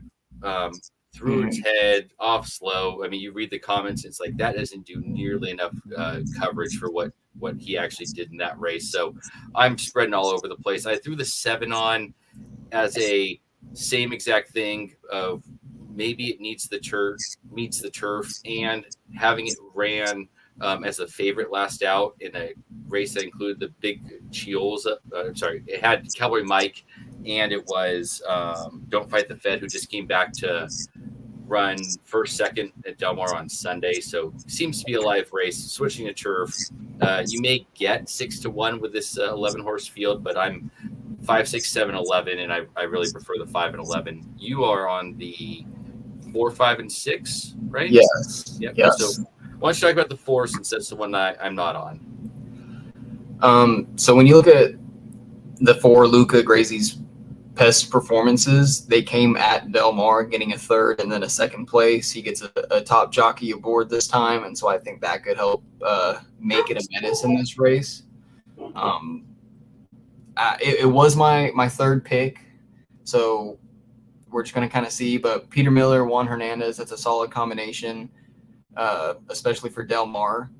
They are total starts together 45, and they're hitting at 24%.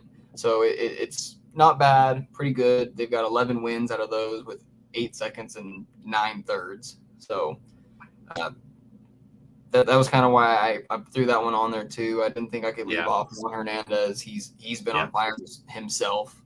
But the 5, like you said, all those race issues, I think this one is the live one. He's currently 4-1. I don't know if anyone else is gonna also be like, let's give him another chance. I'm hoping not. So I think Panthera's Fate. That's my top pick too. Yeah, and I read way too many people and read way too much about these races before I come on here, so I don't sound too stupid. And I saw lots of people on the 5, so I do think that we're probably not going to get that price that we were looking for. But with that many horses, I don't feel like you're going to get 9 to 5 or anything like that, like we're apparently going to get on this 4 in the 4th race. So we will move along to the 6th race, which I'm going to hit the button and then throw it to you. It's a 3-year-old fillies and mirror 3 and up, non-winners of 1 going 6 furlongs on the dirt. Only 12 horses here with 1 scratch, so we're down to 11. So where does your dart land on this one? I went ahead and went with number 5, Home Cooking, on top. He was a grade 1 runner-up. He's been in the graded stakes. Comes off a layoff, and he did okay. So I think the second time off the layoff, Juan Hernandez gets aboard for Baffert. Very dangerous combination. His works have been very sharp, very, very keen. Nothing too slow, but definitely like on the mark each time. This horse was also bought for $260,000. So I just felt like he could be the class of the field. He could take it at 4-1. Baffert, Juan Hernandez. I thought it was a pretty good price. Yeah, that was the part that I was a little skeptical of. I haven't paid enough attention this meet yet to the morning lines, and I try not to. I like to more pay attention if the morning line's going to be way off. I felt like Hernandez and Baffert coming out of the 2-year-old Del Mar debutante and the Chandelier, not winning either of those, but losing to Tell Me No Lies, which has just been a freak, and losing to Mystique first out. So felt like it may get a little over bet and didn't seem to have the best trip set up here. I kind of feel like she's going to be a little far, or I guess a little close to what I think is going to be a pretty quick pace. So I basically spread. I'm on the 5 as well, so I shouldn't, talk too poorly about her. But it's one of those, like, if I'm singling 2 horses in a pick 5, I'm not going to let a Baffert, JJ Hernandez knock me off. So definitely not the pick structure or the ticket structure that I would recommend in a situation like this. But my top plays were both the 1 and the 6, coming on that same allowance race, June 17th. Clickish was in the Santa Anita Oaks and ran, terribly against FISA. Like no big surprise there, and ran poorly against Tell Me No Lies. Again, no real surprise. Got no chance in that 5.5 furlong on June 17th at Santa Anita. So I'm going to throw that one out and kind of say, well, maybe this one was pointing to something a little bit longer in a race sort of like this. And when you give me 12-1 in what is now an 11-horse field, I'm going to be pretty excited about that. So I really like that one. The 6 was coming out of that exact same race, ran significantly better, and seemed to, was 6-5 in that race, 9-5 in the race before. So now I'm going to get 4-1 on a horse that I think is just as good as anybody else here. I really like that one. And just to continue my chalk eating ways, Coffee in Bed, probably the best one here, right? Like there's no reason why I'd want to leave the 9 off other than I'm going 4 deep in a ticket that has the 2 probably shortest prices, and then maybe the next 2, or at least one of the next ones. So not a great ticket structure, like I say, but with the 2 singles, I felt like if I have these opinions, I better be hitting it. I was hoping to play the 4 in this race as in a win bet to kind of make me feel okay about having it, but 2-1 now might be worth something. So you also had a couple others here. You got the 2, 6, and 7 as well. Yes. The 6, like you said, was competitive in the allowance optional claimer and has good breeding, knows how to rate. That's really needed at this track, as we've seen again. The 2 is my long shot, and it is my second choice. Co Olina, 20-1. Seems to perform best at Del Mar. The cutback to the sprinting distance, I think, is exactly what it needed. It's been going a little bit too far. It goes to the lead. It's very fast, but it turns for home, and it's out of gas. And so if I'm not wrong, they've been going about a mile. And so this cut back to the 6 furlongs, I think, is going to be the perfect distance. Could get the rail and just try to take a gate to wire. And a bullet workout. It was the 3rd fastest of all the workouts that day, but 46.6 for 4 furlongs. That's flying. Yes, so, it is. If she can get out there and then maybe just settle for a second, and then hold on to that gas turning for home, 20-1, I was definitely willing to take that shot. Yeah, and that's definitely one that I would never try to talk anybody off of on 20-1. My bigger concern was that she's now running third time as a 4-year-old, and I kind of feel like that last one may be her best race she has. Going to open company, kind of getting in maybe just a little bit over her head here, but at 20-1, yeah, why not? This is the one they can say that if they don't go too fast, she can get out there and take them gate to wire. So I would definitely not be totally shocked by this. And I completely forgot that I have the Equibase pulled up here. So, and of course I'm going to do it during the race that we're both going to be singling the one, but why are you singling Twilight Gleaming? Twilight Gleaming is just the class of the field. Gets the rail. Mike Smith, who's hot right now, I keep saying it over and over. Wesley Ward, why would he ship this horse all the way back over here? I don't think it would be, he's doing it to waste time.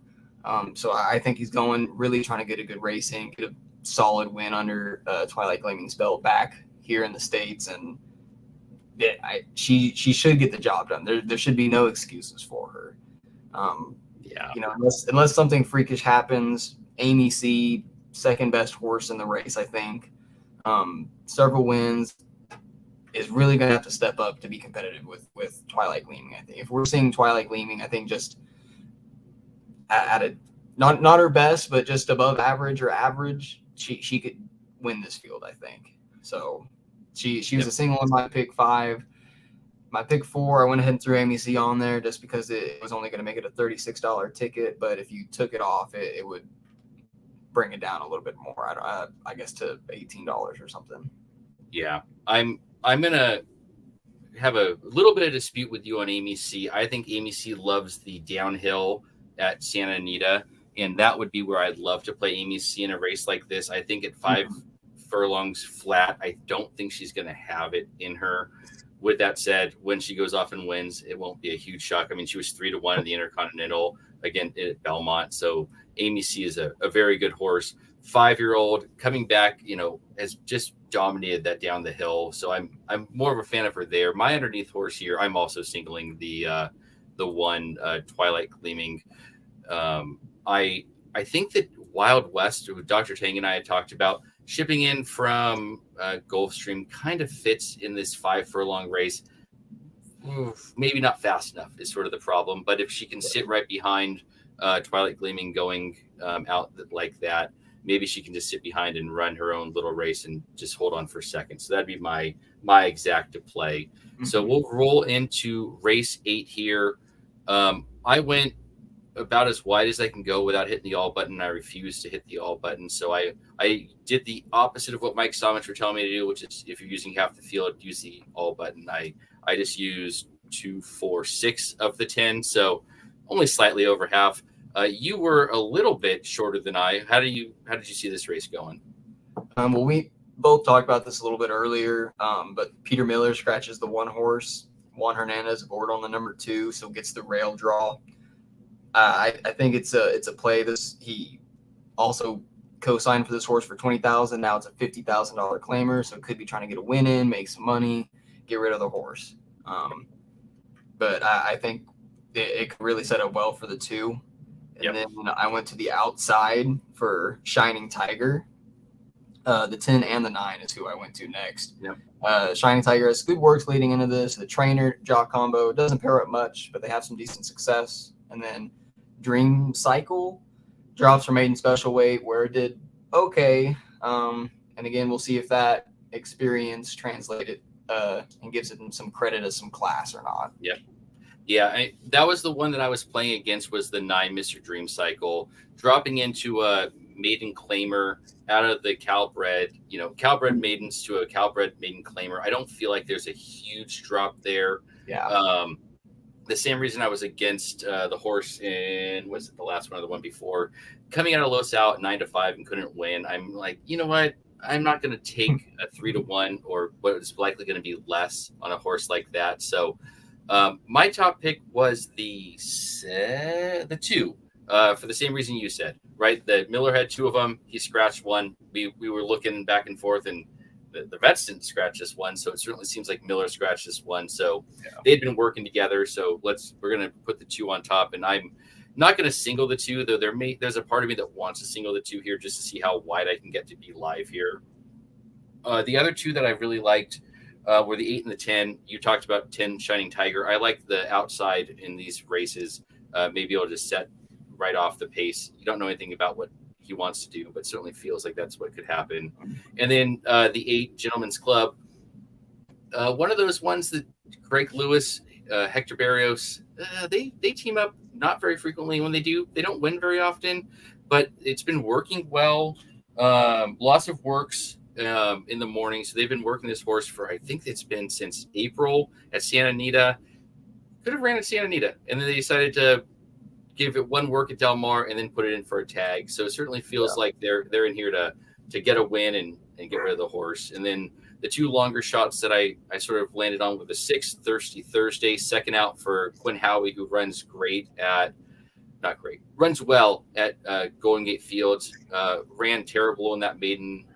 So dropping in for a maiden claiming.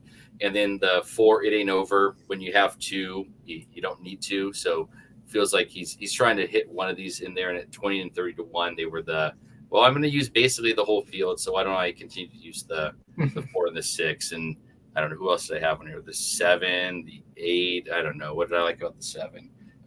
Mathis, first time starters. That was the angle that I liked here. And the 7 is maybe one that I should have a little more play running through. They'd been running it at Golden Gate Fields, then took it to Pleasanton and are like, this horse may actually be good enough to run at Del Mar. So they shipped down to Del Mar instead of staying and running it at Pleasanton. So I'm willing to lose it for 50,000. So maybe Mathis has an idea here. He's been really good with these 2-year-olds at Del Mar and really good with 2-year-olds in general. So gets the weight break too. Oh yeah. And I didn't pay a whole lot of attention to the weight before. And then one time I heard Somich say that he considers sometimes every pound being a length. And so I was like, that's pretty serious stuff. Especially, you're getting 5 to 7 pounds off sometimes on some of these horses. If you're thinking 5 to 7 lengths on a horse that maybe was only 2 or 3 lengths, not as good as them. Well, now it's looking like he could be 2 to 3 lengths better. So I definitely like the 7 and the 8 that you mentioned. I wanted to really try to buy with some shorter prices. So I'm crossing my fingers, but we'll hope that one of us hits it. We have pretty good coverage amongst ourselves. I think we have some pretty good overlap there. So I just realized I put my ticket in and I have it in wrong. So either I missed a horse on my ticket and it's gonna be the one that wins, or I just added incorrectly. So always a fun thing trying to do math while putting it in here. Yeah, I just did the math wrong. Because I added the 9 in there on that last race because you've talked me on to. If I'm alive to that one, I'm going to be very upset. So they're getting to the gate, it appears, and the 4, who I'm singling and you're using, along with the 3 and the 6, is down to 2 to 1. So not nearly the short price. Oh, I guess she was 8 to 5 earlier. So not a long price. So I don't know. Do you play verticals? I don't know if I asked you this last week when we were on. Are you a vertical player?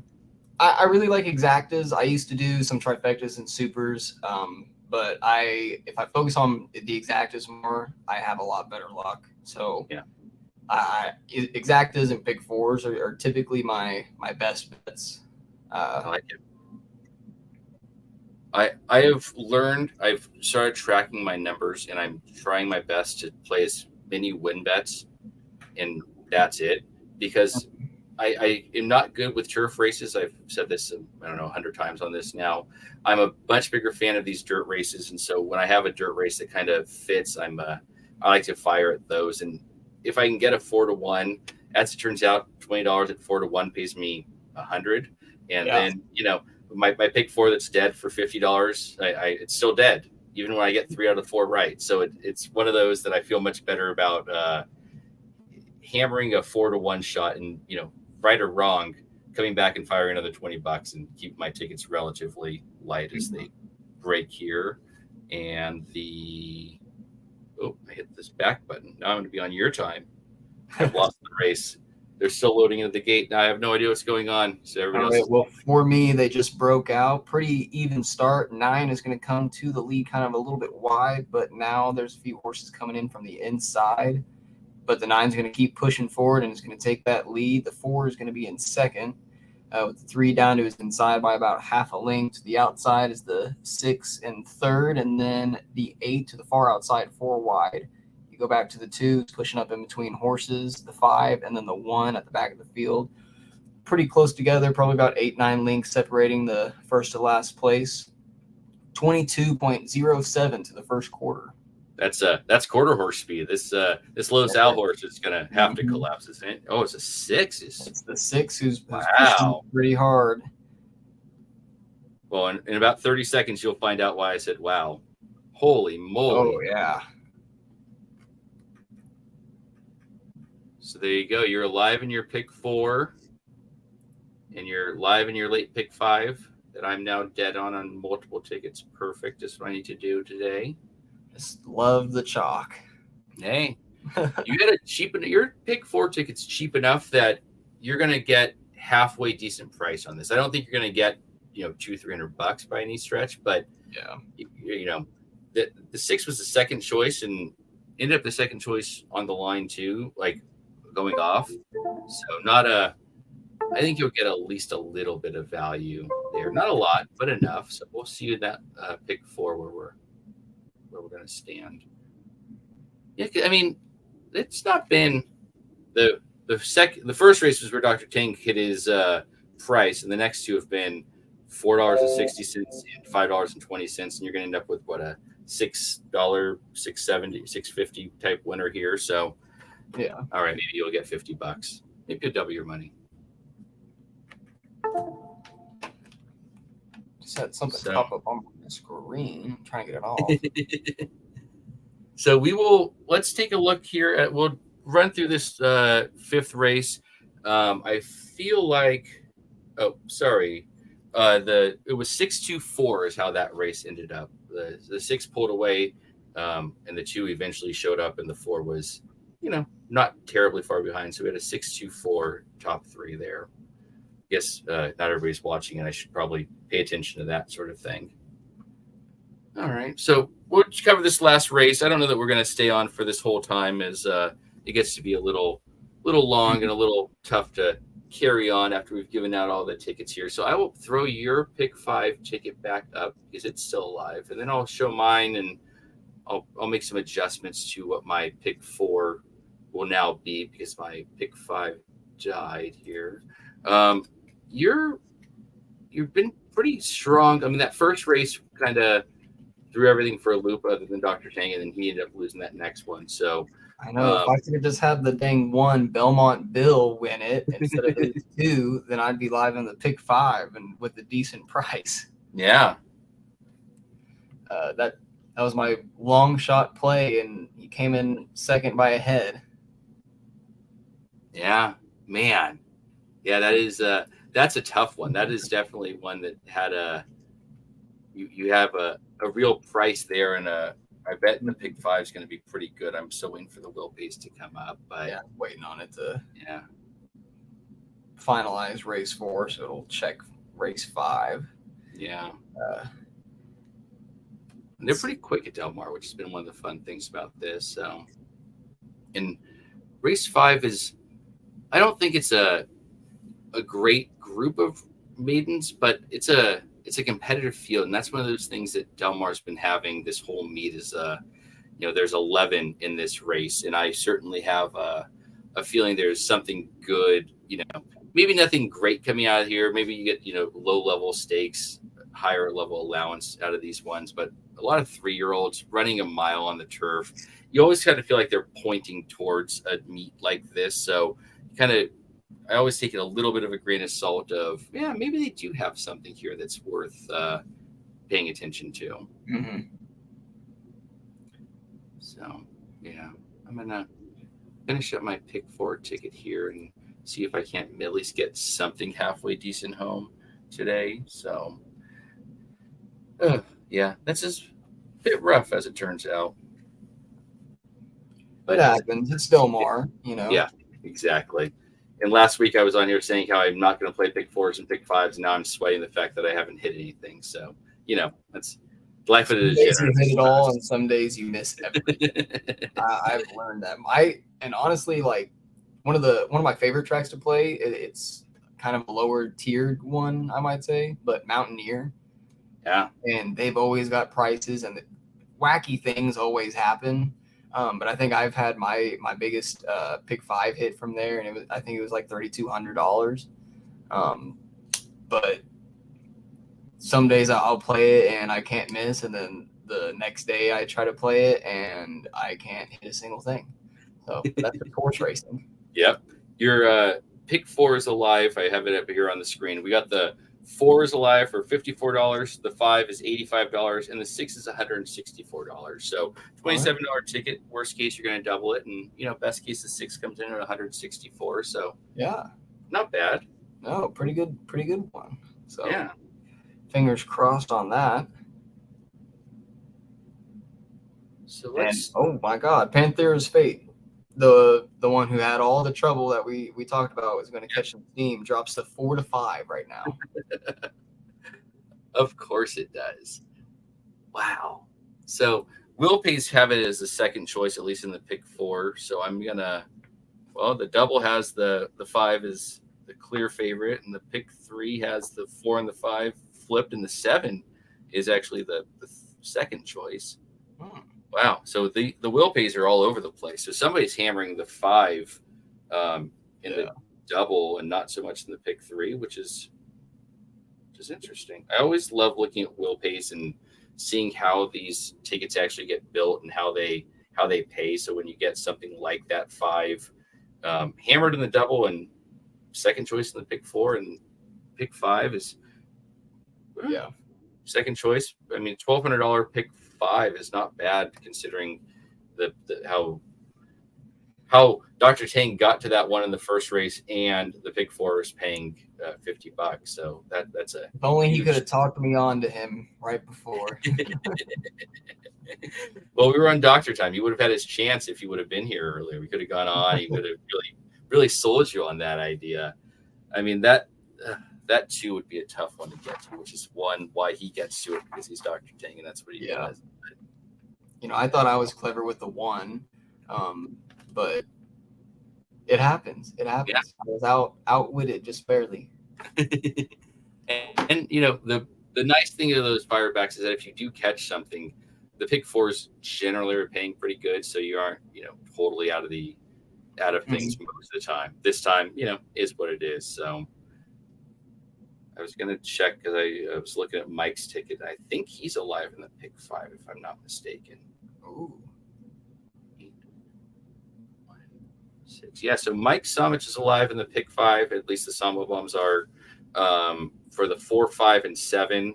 So $1,200, $1,500, $2,100. So hopefully somebody else out there is playing Mike's ticket. I got myself talked off of it because I'm sure I can double check. I wrote it all down. Yeah, I would have. Also, nope. I would have been alive if I had the 2 in the first race also. So there you go. We would have really killed those pick 5 ones with our extra 2 tickets in there. Yes. So earlier you were talking about playing more win bets, and I've been doing that as well. Me and Shoddy do it. We kind of got the idea from the dudes who their best bets, and we were like, all right, let's kind of do our own and just kind of see how it goes. And like yesterday's, mine was a horse named Warriors Road, won at 6 to 1 at Del Mar, and I was ecstatic about it. Paid $14.20, and it was a nail biter though. He went gate to wire and essentially won a head bob, but those straight win bets, once you get over like. I want to play the exacta, the trifecta, because I can make so much more money. Yep. You lose a lot more money too. Yep. I came into horse racing the wrong way. Like I went to Remington one night and I played an exacta, and I won like $300, and I was like, I'm good at this. And I came back the next week and I played a superfecta, and I hit like $400, and I was like, I know exactly what I'm doing. and I was very new, and so like the next 4 months, my ROI was like, yeah, and that's when I started like, okay, I really got to figure this out, and that's when I actually I didn't figure out what a pick 4 was until closing day at Remington one year. They're like, oh, you can try the Sooner pick 6, and then there was the pick 4, and I was like, okay, I can pick multiple horses in races and try this out. And I was one horse away from hitting the pick 6, paid like 14 grand that day, but I hit the pick 4 and it paid like $500. And I was like, maybe I can do pick 4s. And so I started doing pick 4s, some exactas, and now just those win bets, the ROI just starts slowly climbing back up.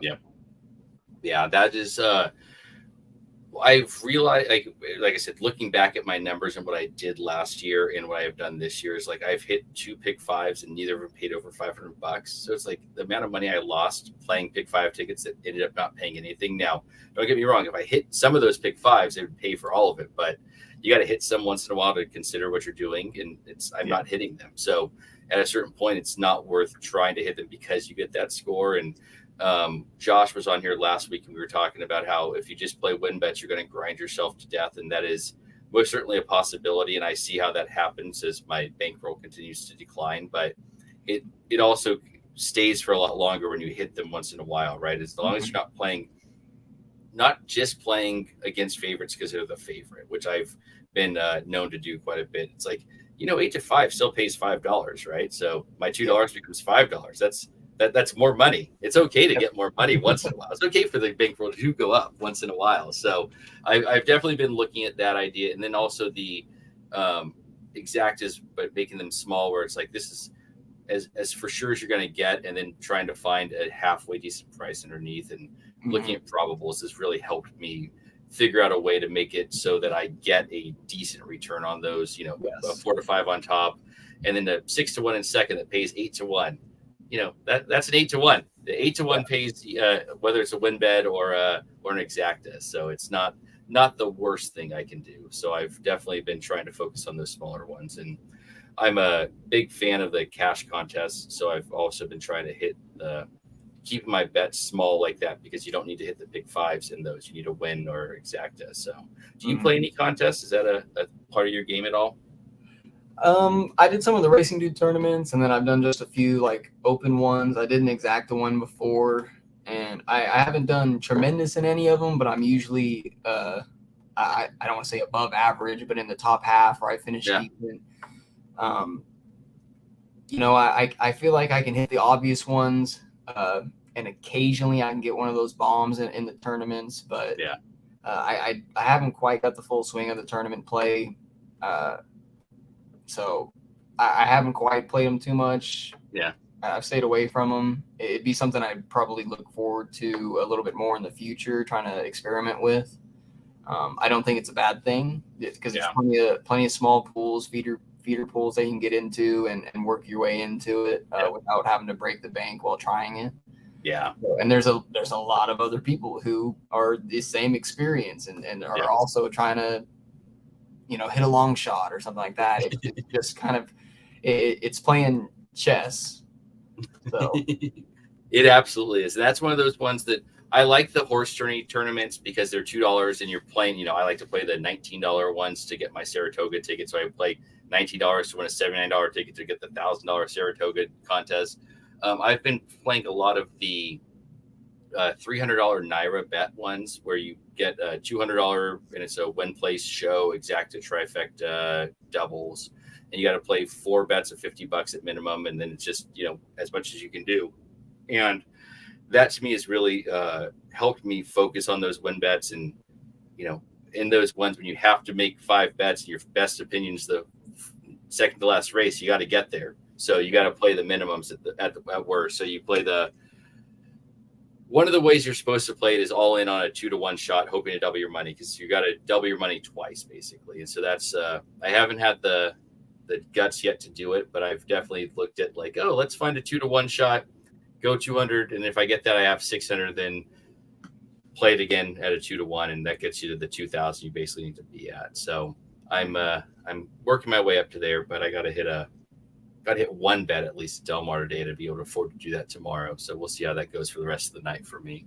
So I'm going to put your pick 5 up here one more time because we are now second leg of the pick 5.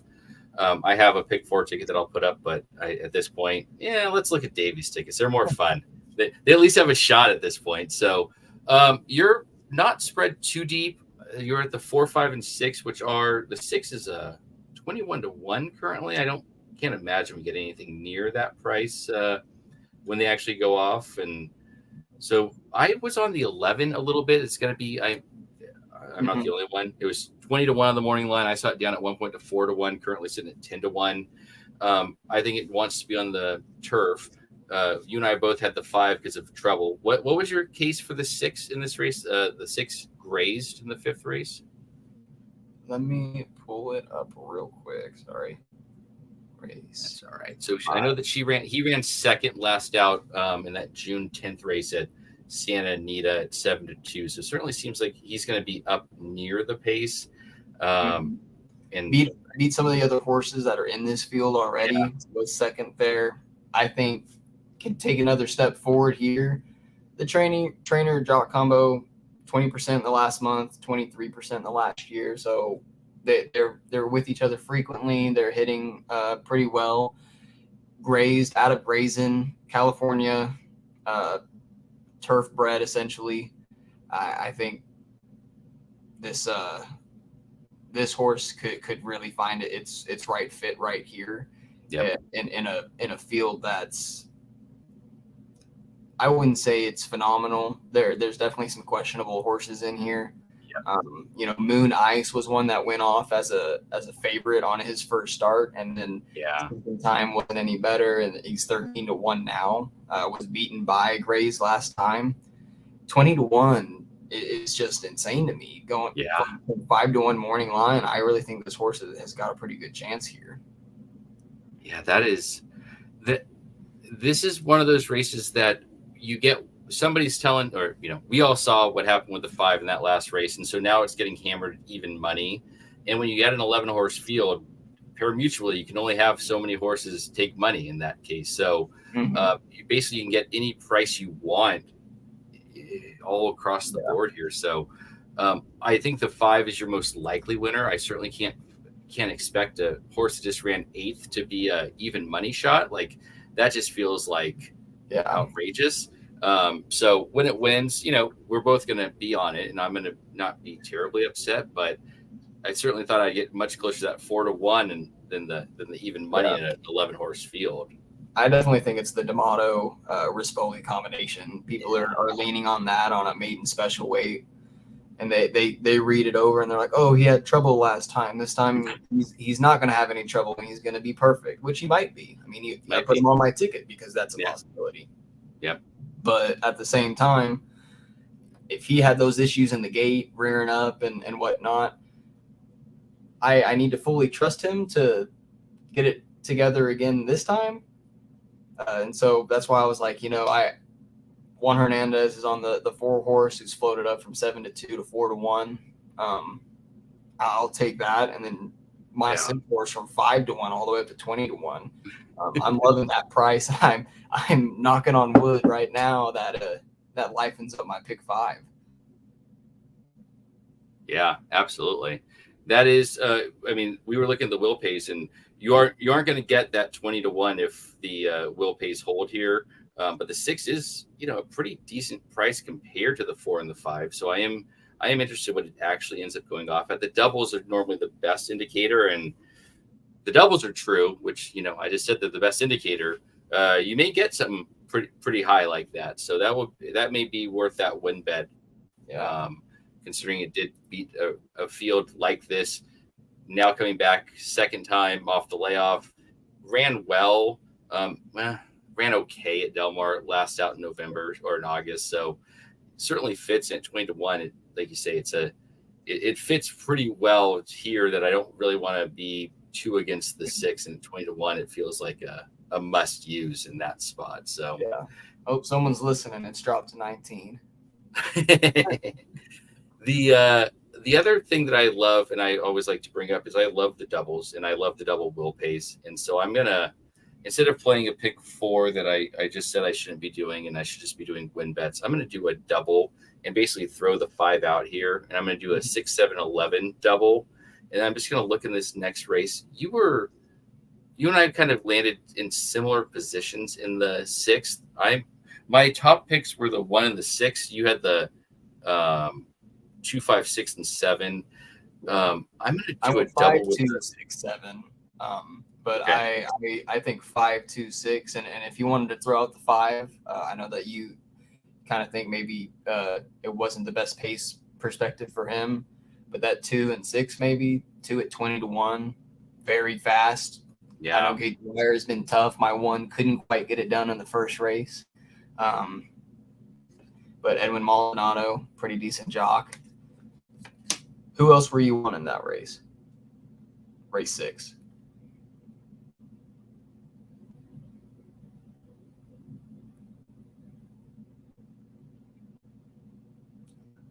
Well, I don't know if it's you or me, but I'm going to keep talking. I froze. There you are. Sorry. Nope, it's me. Yep. I got a little Wi-Fi thing up here. I don't know my. We'll get it fixed for next time. Me and you both. Apparently, they're now watching YouTube or something. Maybe they're watching Dad. Probably the 5 is playing the 5 to the 5 double is paying 7-1, which may be what ends up coming home, but that certainly feels way too short in a 12-horse field and 12-horse field. So I'm gonna do 6, 7, 11 feel like the ones in this first leg for me that I get the price that I'm looking for. And then I'm going to go a little price shopping and go with the 1 and the 6 and probably throw in the 7 as well. And then I've just talked myself into what appears to be a $12 double. And I'm now going to talk myself off all of this and rethink my strategy, because the whole point of this was to make a $2 or $4, 2x1, 2x2 race. And I may have chosen the wrong legs to start thinking this idea. So I'm going to go back to the drawing board. Just because I'm on a YouTube show means I can still just play win bets. And if I like the 4 at 4-1, like that seems like an okay place. And I was actually on the 11 as my kind of top pick, and at 10-1, I feel like maybe that's just the move, is play the 11 to win and be happy if you get anywhere near this currently 10-1. So I'm looking at that's the exact the double. So in this race, we're thinking the race that's currently about to go off. Yep. Who were you playing out of that double? So my original plan when I started this was a 6, 7, and 11. Okay. Mainly price hunting more than anything. I do believe the 4 and the 5 are very legitimate win contenders. And I don't think you're going to get the price that I'd want to play something like this. But 6, 7, 11 were where I was going. And then we both ended up landing on we both like the 6 in the next race, right? Yep. So I'd say if you wanted to shave someone down, you can shave down and play the 6 into that. And then you like the 1 Clickish, and who was the other one? The 1, and I like the 7 and the 9. And the 9 is definitely one like that's going to be a tough one to play here. So the 7 was more of a throw-in, so that was the one that I was probably going to throw out in this case. I do really like this idea, though, of shipping down onto dirt after going gate to wire. And Timeform has the last call is the fastest call for the 7 halfway to nowhere. So it's definitely one of those like, that's a tough one, but maybe that's my win bet or key in an exact in this next race. But so I mean, I've got him on my pick 5 ticket. Halfway to nowhere. He's a maiden debut winner at Golden Gate. He's gonna have to step up a little bit, but I think he's capable of it. Again, this field is wide open. Kind of, there's several different prices that you can look at. I worry about him getting that lead from the outside post, kind of. So that's where I'm thinking, can he take the step up from the outside post when I think there's other speed like the 2 Koalina, who's really gonna jet out there and take the rail. Yeah. So if you played your double, I would say maybe the 1 and the 6, like you just said, those are probably your best prices. What is that bringing back? If you the 5 or I guess the 6 to the 1 is paying almost $1,000 for 2, and the 6 to the 6 is paying 170 for 2. The 7 to the 1 is 351, and the 7 to the 6 is 100. And the 11 to the 1 is 529, and the 11 to the 6 is 325. And so you've just talked me onto all of those. So that'll be my play, and then I'll probably also, because the 7 is also playing pretty well, not quite so big. But you and I were both on that 7 in the next one. I think if we're both seeing kind of the same thing, it certainly feels like one of those races that the 7 could run out there and just take him gate to wires. You liked Coalina, which you played on your pick 5 ticket, and I see what you saw looking back there. I don't think she has the class to do it. I don't know, or he has the class. She has the class. I don't know that Halfway to Nowhere. Yeah. I don't know that Halfway to Nowhere has a class either, but I kind of feel like Halfway to Nowhere is here for a reason. Had a couple of spots he probably could have gone, and Jamie Thomas is a very, very small trainer, but he's one of those guys like, yeah, he's not shipping at Del Mar because he wants to. He thinks he has a horse that has a chance here, so I'm a little interested in that. As a matter of fact, I will tell a fun story that the owners of Halfway to Nowhere are Sacramento-based guys, and they actually have a farm out here that they breed horses. And the first guy, Mark Haynes, is a real estate agent that I know. So that's one of those, like, you know what? Maybe they are shipping out there because they want to go to Del Mar. So I'm going to throw the 7 off of my ticket based on the owner-trainer combination. And it's going to be a play against the Sacramento real estate agents because, I'm a bitter old man. So yeah, I'm going to do a 6, 7, 11 to the 1, 6 double. Yeah, maybe we'll get out of here with something halfway decent. I'm a little nervous about this one, but that's why you play a $2 double for $12, and it's more not the breaking the bank of the pick 5 I had earlier, or the one that I'm in the middle of also having a losing ticket of. Well, we are still 2 minutes to post here. No, good old Del Mar. These races used to be fast in between, and now they've now that they're only game in town and they aren't waiting on Los Al to run after them, they've kind of dragged them out a little bit longer. Yeah, so. we got that Gulfstream bug. And again, sorry that I'm blurry this week. Last week I didn't have that issue. So I know. I don't know. I'll make sure to. I don't know if I'll just have to get a direct hookup or what. I paid for fiber internet for a reason, Well, I have the same thing going on. I've had it.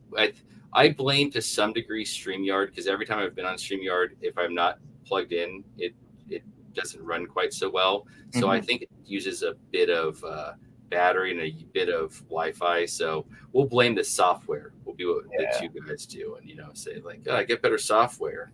I am interested. I was just noticing. As I said, Somich, I always like to see what he does.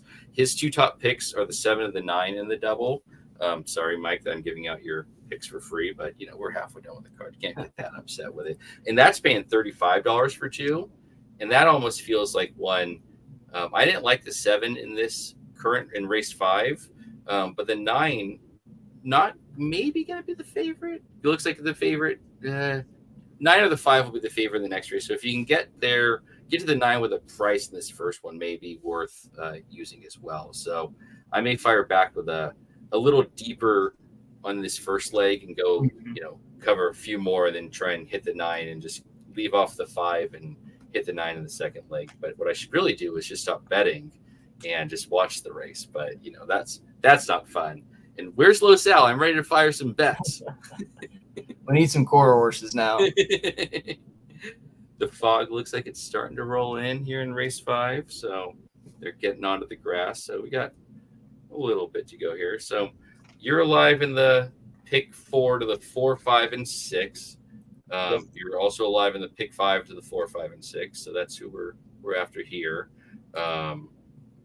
Not a huge payout, but you're making money with this ticket. Profit, I'll take it. Yeah, definitely not one that you're gonna be super excited about, but I don't know where you cut this ticket to make it better. You know what I mean? Like, so in my pick 5, I singled the 1 in that third race, so I could have done that, and it would have, I guess, chopped it in half, made it $13.50 if I had stayed on that single. But just because I was going down in the pick 4, I figured I could add one more horse or something somewhere, and I wanted to cover my bases on that single. I thought, and it's not like you added the 9 to 5 morning line favorite. You added a longer shot that was, near the lead at the top of the stretch. So it's not, that's one that you added a ticket, you added a horse, but you added a horse that added real value in this ticket. So again, you're probably right. Maybe you just single there or pick somewhere else to single. But with this sequence the way that it was, it seems a bit tough to be singling anywhere. Yeah, I'm kind of with you there. So I have a pick 4 ticket that I'm going to delete now. I'm not even going to show it because I don't like it. And it feels like I'm just now firing for the sake of firing. And it was $12 and no one will ever see it. So when it hits, I can say that I hit it and, didn't even play it. So I got that going for me too. As they load in the gate here, we got still 8 to 5 on the 5. So didn't take, I believe it was pretty much 8 to 5 most of the race, right? Or most of the time running up here. So didn't seem to move a whole lot. The 4 has dropped down for a little bit, down to 3 to 1. And then my 6 is still 19 to 1. So 4, 5, 6 here for me.